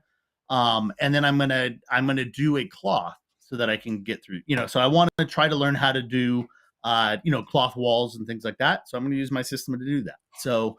So are you going to put the drywall back up, or are you just going to insulate and put cloth over? Yes, there will be drywall behind it, and there will be acoustic material behind that, and you know, and all that kind of stuff. So, but what I want to do, because my wall to wall is 2 feet, right? So if you end up putting acoustics and speakers and all this and that, I'm not going to have enough room or distance from the seat to the wall. So I'm going to actually put the, you know, the speakers and acoustics will all be kind of behind the cloth wall. You got to see that like at Elliston's place, right? When we did the videos in there, where, you know, so that same kind of thought process. And then I'm going to build a baffle wall. Now I am more for fun, but perspective. I'm calling in a few favors. So I'm going to chat with Matt Pose and Gramani, and I'm going to chat with, you know, the KYD group and some of these, just to kind of give them even a voice and showing stuff, but showing real life stuff. Right. So, you know, I've kind of said, like, they don't have to design my whole theater for me, but like, Andrew, who works with Keith Yates, right? I mean, they design some of the best systems in the world. You know, but he does baffle walls like amazing. I've been there and watched how he kind of looks at it, and you know, he builds a baffle wall with the same level of care as like a Bowers and Wilkins 800 series speaker, you know, with just all these support struts and everything else in there. Yeah, let's talk about that. I mean, he puts all this amazing work in there. I think they should just be selling baffle wall designs, you know, to help those of us that, build it, but, you know, show me what I need to build. And, you know, and that's worth, you know, a couple grand to build an amazing baffle wall. And so, so I'm going to try to look at bringing a little bit of that in, but no, my goal is to do it. You know, I'll call over, Joe Klesnick or, somebody local that wants to kind of play around with me and, cause it's always fun, to just kind of help put stuff up. But yeah, no, my goal is to build the walls myself and any drywall that needs to be done and all the acoustics and everything from that perspective. So that'll be the room, but I really want to build a, soundproof gets tossed around a lot. Mhm. And it's tough to do, but I want to make something that is as as soundproof as possible, as acoustically enclosed, so that if the room is built right, and that's a lot of what I want to be able to show, if the room is built right, you can put a variety of different speakers in there, even less expensive speakers, and get an amazing playback out of it versus Right. having very expensive speakers in a room that's frankly crap and and reflecting too much and this and that, and you're not happy with it. Because that's where I always say, when everybody's got an opinion and an ear, and it also depends on your hearing level and all that. But when people are like, oh, this speaker is too bright and this one is too this and that, it's like they should all be accurate. The point is to duplicate the music and the way it was recorded, right? Not to impart anything new. And I'll watch people like, hey, this amp, or I only use this amp with these speakers. And I'm like, should be able to use whatever win. The or does this and that. It shouldn't impart any flavor to to what you're listening to. So Yeah. anyways, So what was the is, layout going to be? It was going to be. You said you're in not a huge room. So what's the speaker layout going to be? Is it going to be 9 or so 7? it will.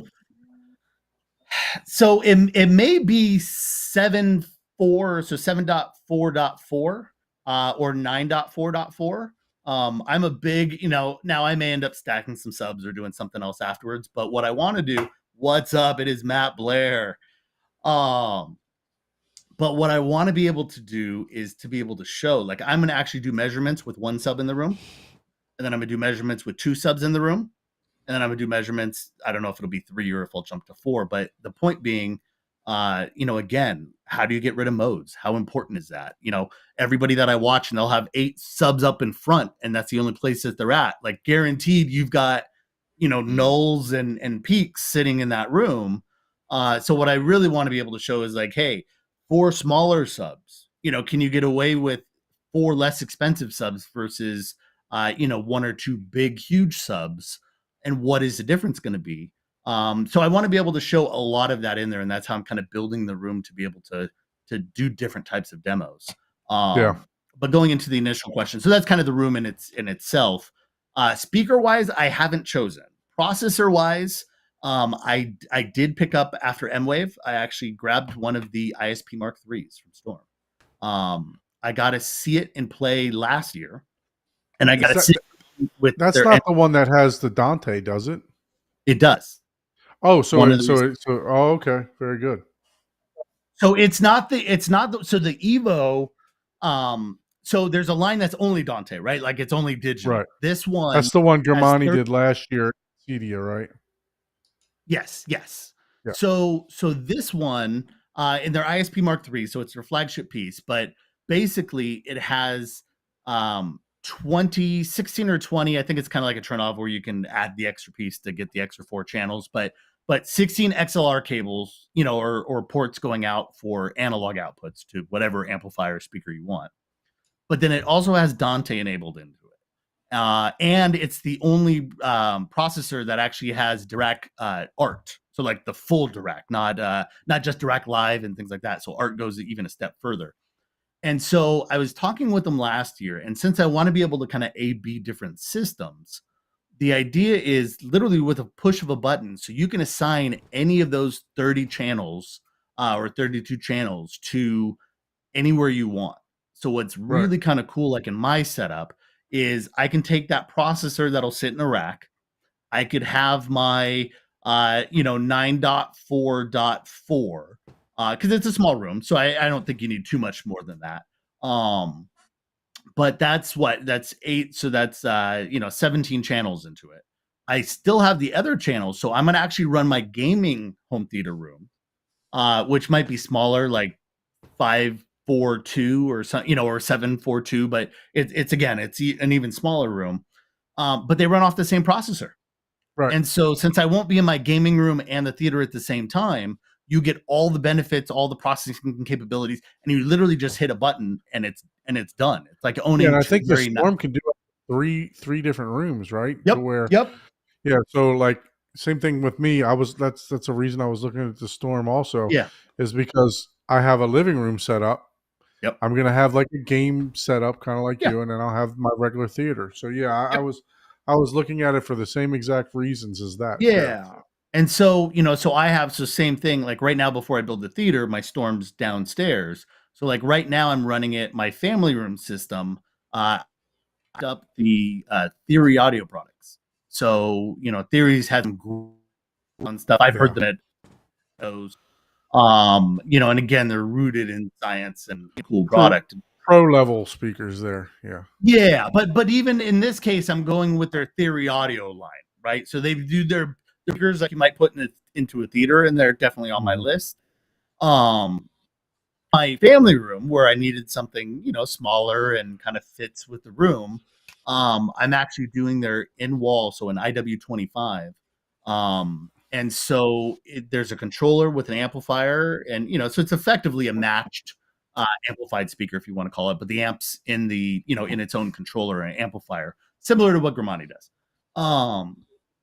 And so those are going in, but those are Dante enabled amps as well in their controller. So the idea is, even though that's downstairs and across the other side of my house, and my Storm processor will be upstairs at the other end, right outside of my theater. That Storm can control that room too. Just run the cat cable, right? Yeah, it's just cat cable. I mean, it's again, it's basic of every of every home install nowadays. And so with just a cat cable, I can bring it in, and then you just put a little network switch down there to run, one cable to each amplifier. In this case, that's 3 of them. So 2 4 channels, and then a big 4 channel for the subwoofers. And that's it, and it's got great DSP control on it, and it's an efficient amplifier. So it's all really kind of small, in size, so it doesn't take up a whole bunch of rack space or kick out a ton of heat. And then I can run my Storm with it, or I'll try some other processors, right, when we want to be able to compare. So there you go. Matt's saying Theory is amazing. Yeah, I've been super impressed. I never really, I've done the demos and everything else. I didn't know them. A lot of brands I've known for years, and the people that are there. But Paul Hales has been in the industry forever. And worked for multiple big companies, and then and his stuff it sounds great. It's high SPL. I think that home theater dude, I think he's putting Theory audio in also. He is. I saw that the other day. So so that is absolutely what's going into Chris Mata's place. So so I'm impressed with that. I'm definitely, that's going in. I've already bought it. That's going into the family room kind of media room system. And then in the theater, pro audio side, so they're bigger, more pro theater speakers, are definitely a contender. Grimani speakers are a contender. Like I said, I definitely, that's why I was looking at the JTR stuff the other day, because I think, again, their subwoofers get great, reviews, and the forums love them, and and I want to be able to show various types of products. So like I said, so I'm open to that. Obviously, I've been a Bowers Wilkins fan. They make like their HT 700 series, which are effectively the same components as their 700 or 800 series, $30,000, a pair of speakers, but in black boxes. So they're fairly, a fair amount less expensive. But really, I want speakers that measure well and sound good. So are you looking to do more in-wall or architectural than?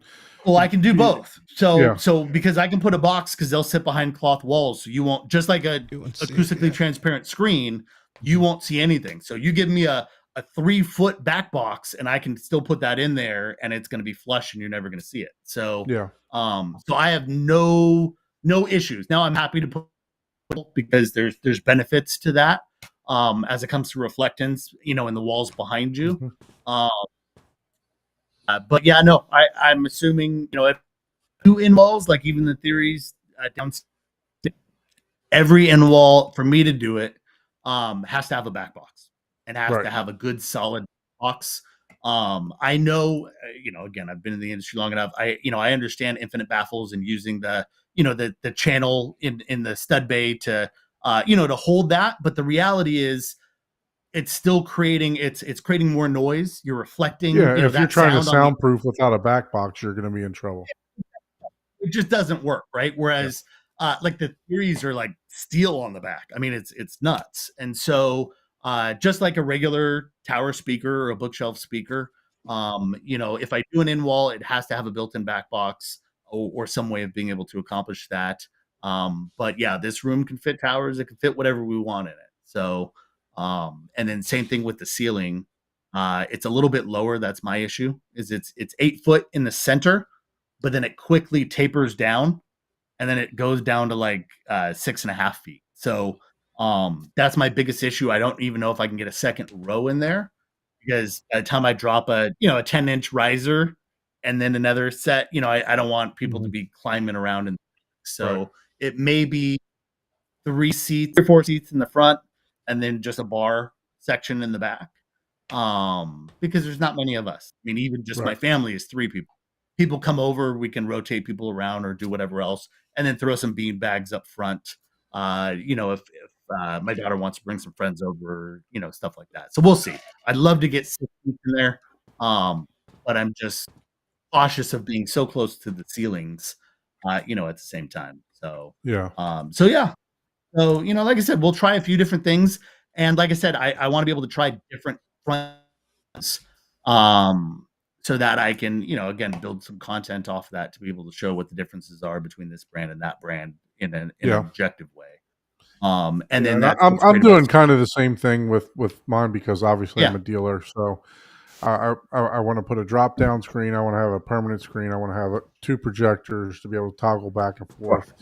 And then I even talked to Martin Logan about, possibly, in walls versus bookshelves, and just kind of stagger them right next to each other, kind of like you're talking about. So Yeah, yeah, no. exactly right. Neither one gets the prime spot, but they're tight enough that it doesn't really matter, right? Mhm. And again, that's what DSP correction and room correction and acoustics and all those things fix. Exactly. So no, I love it. Now, what do you know? So obviously, like you said, you might put a couple brands in, but what are you leaning towards now? So right now I have the 60 XTIs, the older Martin Logan ribbon tweeter. It's the Yeah. same tweeter and the same aluminum woofer in every Mhm. speaker. So I have the 30. How tall you want. Yep. Yeah. So I have the 35s, the 60, 65 XTIs for the towers, and then I have bookshelves all around.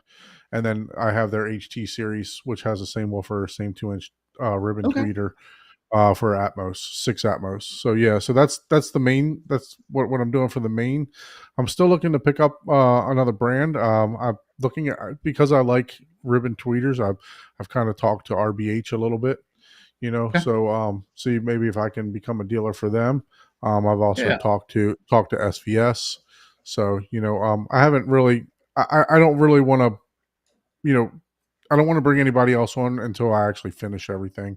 Yeah, I mean that makes sense. Yeah, that's why I'm not picking out exactly what I'm putting in yet, right? But I know I'll be talking with people at Cedia because I want to hear the demos, same as you guys, same as everybody were. I want to hear them live. Demo rooms aren't always the best, to be fair. And if you're in just a booth, even less so because you're out in the open. But being able to hear kind of that, how they sound and everything else, and a lot of the good brands, again, even though Harman on the JBL side, they all do a good job of putting some demos together. So I'm going to kind of take a look at that, see what my first speakers are, but I expect that I'll kind of rotate them around, and then kind of go from there. But there's so many good brands. If you're a ribbon guy, Wisdom does a great job as well, and tends to be more of an industry favorite. So again, kind of like JTR on the other side, kind of being direct. A lot of dealers like them, but yeah. So Matt brings up a good point here. He says he had this conversation with about multiple speakers in the same room. He said if you got to leave the amps on. Sure, Or for the add- other side as well. Mm. So the Yeah. beauty. I'm sorry. Go ahead, Don. No, you're good. Yeah.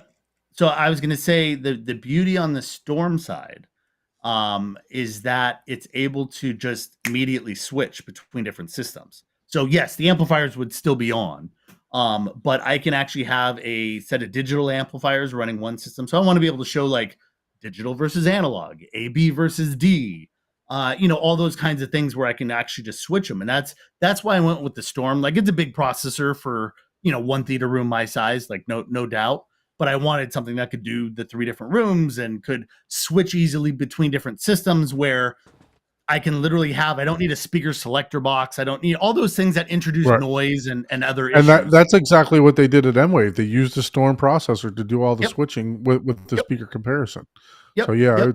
it was perfect.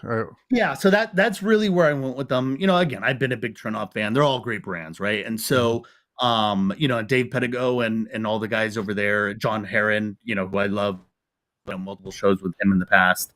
And so they're all great guys, and Trinov's a great product. I just, they haven't been able to do a Dante multi, a full system in Dante yet. They can do 2-channel, but even this year it seeded for a few years. And they want to get it right. Totally respect that. And not using Dante is still great, for what they do. But that's where I looked at Storm and I'm like, the stuff that they're doing is really cool. The way that they partnered with Dirac, it's not 2 guys in their division kind of creating, and nothing against waveforming or any, receivers, DSP or anything like that. It's just, usually it's just a couple guys in that area working on it, right? If you kind of work on Right. it, they're using Dirac. I mean, it's a much larger company doing cars, doing other kinds of things, kind of like we were talking about the commercial aspects of brands before, Mhm. and get that much more help, And again, I think waveforming works well. As I've seen doing Grimani stuff, 4 subs in a room, properly time aligned and phase aligned, is the same thing. It's Correct. all doing the same thing, just trying to get rid of modes, right? So, my thing is all things generally equal. I think the Dante capability, the multi-room switching, all the stuff that Storm processor can do, is really a phenomenal piece for for the money in there. And then hopefully someday I'll drop a Trinnov in there and we'll kind of put them a little head to head and Put them head to head. and see how they do there too, right? So When I win the lottery, that's what I want to do, just to compare. Yeah, no doubt. I want to but- build a warehouse and just compare everything, right? So That's right. I'm gonna have Matt Blair just send me over a processor and some speakers, Matt. I'll only borrow them for like 9 to 10 months, I promise. And then I'll send them back to you. So Matt says, I'm ready to book my ticket. Just let me camp in your backyard. I'll bring my own tent. Hey, Matt, I mean, Matt. So Matt and I know each other from all the way back, like in Kaleidoscape, right? So, last couple of years, same as you, Don, same as Ike, same as everybody. So, but no, I mean, Matt and I chat all the time about stuff, and as he's built up his stuff, I won't overstate in what but like I've tried to support him in all of that. He knows I try to support him as he picked up Kaleidoscape as a brand and, and the trainings and all the stuff that I do. So, just like you and your business, like I like to see good people succeed. So, Yeah, just if you guys haven't checked it out, that's Home Theater Hub number 27. Brolic Media. So go ahead and go back through the archives there on the lives. We go through Matt's theater, and he shows off all of his fantastic equipment that he's putting in there, and stuff that he's working on. Which changes yearly. That is true. Every time I look at him, I see a new post like, oh, I'm redoing this theater and we're putting in this stuff. And I mean, that's what we do, right? For a living, it's right? a little bit Yep. easier for us. That's what makes it a hobby. Otherwise, it would just be a purchase. Exactly right. Like, yeah, So, but no, I love Matt and his family and everything they do. Unfortunately, they're not swinging out. They're going to be on a cruise. Evidently, they thought that was better. Oh, look at that. Hey, I appreciate it, Matt. Hope we have a good theater in that cruise, in that ship. You know? Right. That's what maybe you can make a deal, redo their theater for them while you're out there. Tell them how it sucks. You know, It's like, man, make money. I could going to make the this stinking theater sound way better. That's right. That's right. You know, we'll go next port in. I'll have the Focals or Sodas or Fabers and whatever he's running through right now. We'll get him at the next port. So, but yeah, no, like I said, that's much of my stuff, just like Matt's saying. So thank you. I just want to help the industry. It's good on all sides. It helps small businesses to build a healthy business. It helps consumers because when you go in there, I expect that the person that I'm going to, if I'm buying my product there and spending my hard-earned dollar, no matter what level that is, to know more than I do. And be able That's to help tough to find these days. It is. Mm-hmm. It's tough to find these days, unfortunately. You go to talk to somebody about something and they know less than you do, and you just kind of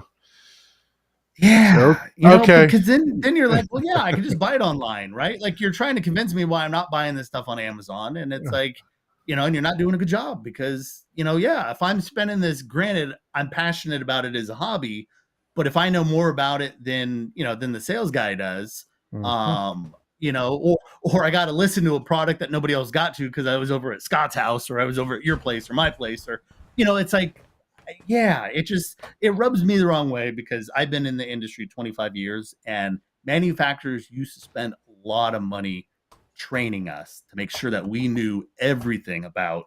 I mean, I go back to the rear projection TV days, right, and Pronto remotes. But we used to get trained on it properly. And so I'm fighting really hard to bring that back, on my business side. And, I've got a couple articles that are coming out after CEDIA. So we'll have to talk about those afterwards. But, like I said, I'm trying really hard to get manufacturers to understand the importance of education, both for consumers and for integrators.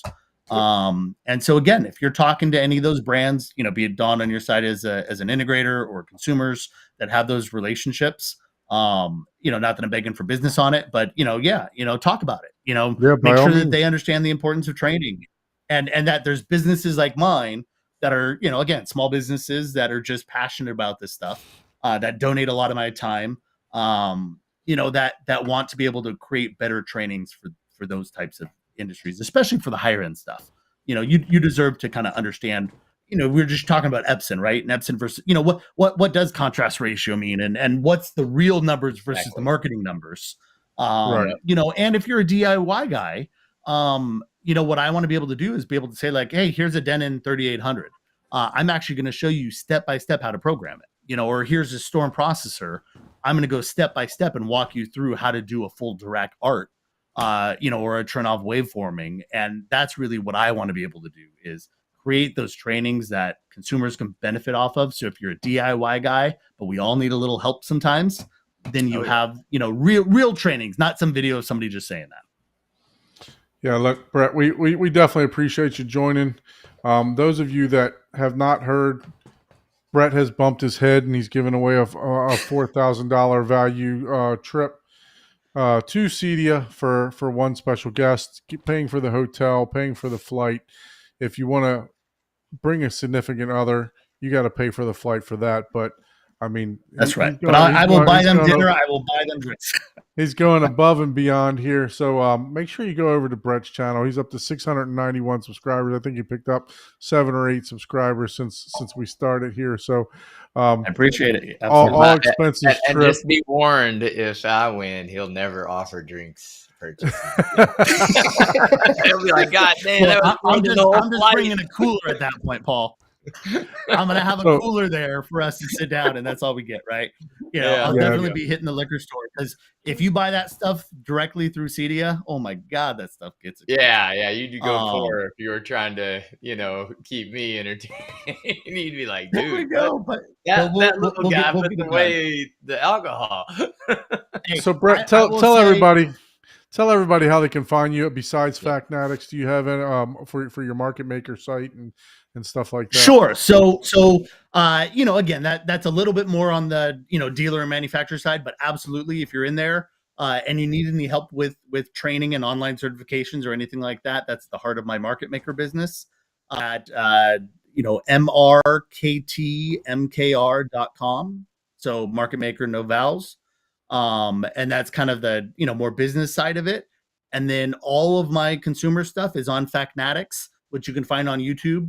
It doesn't have a website because it doesn't need it. It's all about creating video content and things like that. It's a newer site, so I appreciate any support. And then just like they're shown on here right now, if you search it up, you'll see that first video, expenses paid trip to Cedia. Click on it. It's literally like a 1-minute video. I've got another short that I just made as well. It's got a QR code. You go on there, just name an email. No spam, no selling names, no nothing else. This is all just me wanting to support the communities. And yeah, I'm gonna fly somebody out, put them up in a hotel, and the biggest piece of it is we're gonna sit in Sound Room 4, which is $1 million home theater system, and we're gonna chill in there for 3 hours watching whatever cuts you want. I've been telling people, like, all you got to do is give me your demo list, and I will have them downloaded on the Kaleidoscape ahead of time, since internet sucks at those places. And we're just gonna enjoy, right? We're gonna talk about technology. We're gonna talk about the show floor. That's Friday night, and then Saturday, I'm gonna walk you around to all the cool booths, all the cool demos. If there's a brand that that you love, that's your favorite brand, I will make sure that we're meeting with people and that we spend time in that booth as well. And then I'll fly you back Saturday night, and you're home with all Sunday to do whatever you need to do and spend time with family and think about this amazing trip. One thing that we got to work into this is whoever the winner is has to come on this show and talk about it. Yeah, no doubt. No that's doubt. that's what we got to do. They got to. You will.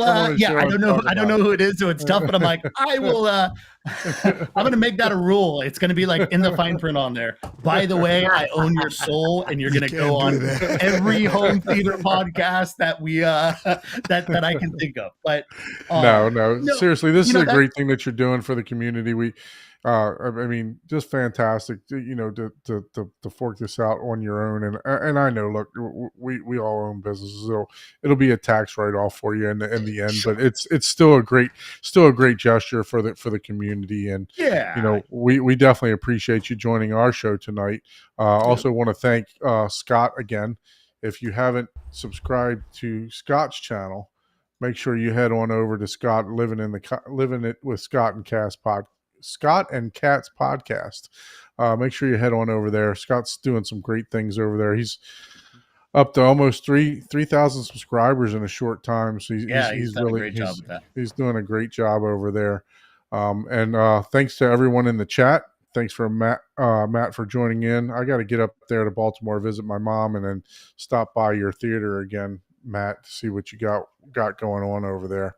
So, but listen, everyone, thank you. We got a good show lined up for you next week. Also, I'm not going to spoil it because, like I said, every time I mention something, something winds up messing up. But appreciate everyone joining, and we'll see you on the next episode. Yeah, and stay on the green room, Brett. Don't drop off. Not a problem. And then real quick in there, so Richard made a comment asking about Class D amps versus AB. Big discussion, so obviously we're not going to hit it here. If you make a comment in any of my videos, I respond to every comment that goes on there. So if you ask the question in there, Richard, then I'm happy to talk about D versus AB, when you use them, and and what the benefits are for both. So Paul, since you didn't talk a whole lot, give us a 1-minute synopsis on that. Oh man. Well, Class D has a bad name because whenever they first came out, they were not as efficient, and they had a much higher noise floor, but us in the hobby used them for sub amplification still, and it was the best bang for the buck. With the technology now, there's I don't know that you would really be able to hear a difference, but purists, Class A amplification is your old school, essentially, power supplies, gigantic toroidal transformers, but in the reality, people didn't realize Class A is essentially the derivative of tube amps, actually, which you only get a few watts out of at best. But that is, your purest amplification, right? But if you're doing full range speakers, you need something that'll do bass. So then you're going to need the B side of that Class A B amplifier to kind of switch to a different power mode, if you would, and to give you that, extra 500 watts all of a sudden, because you ain't powering a subwoofer or 50 hertz or 80 hertz at 5 watts. You're just not going to do it. And Class Ds are basically we call them digital, but it's not really digital technically, but just the way that it's kind of like Class H to me is even cooler nowadays because of the true switching of the power rails, and Class D is kind of like a first iteration of that in a way. It's just using the power more efficiently.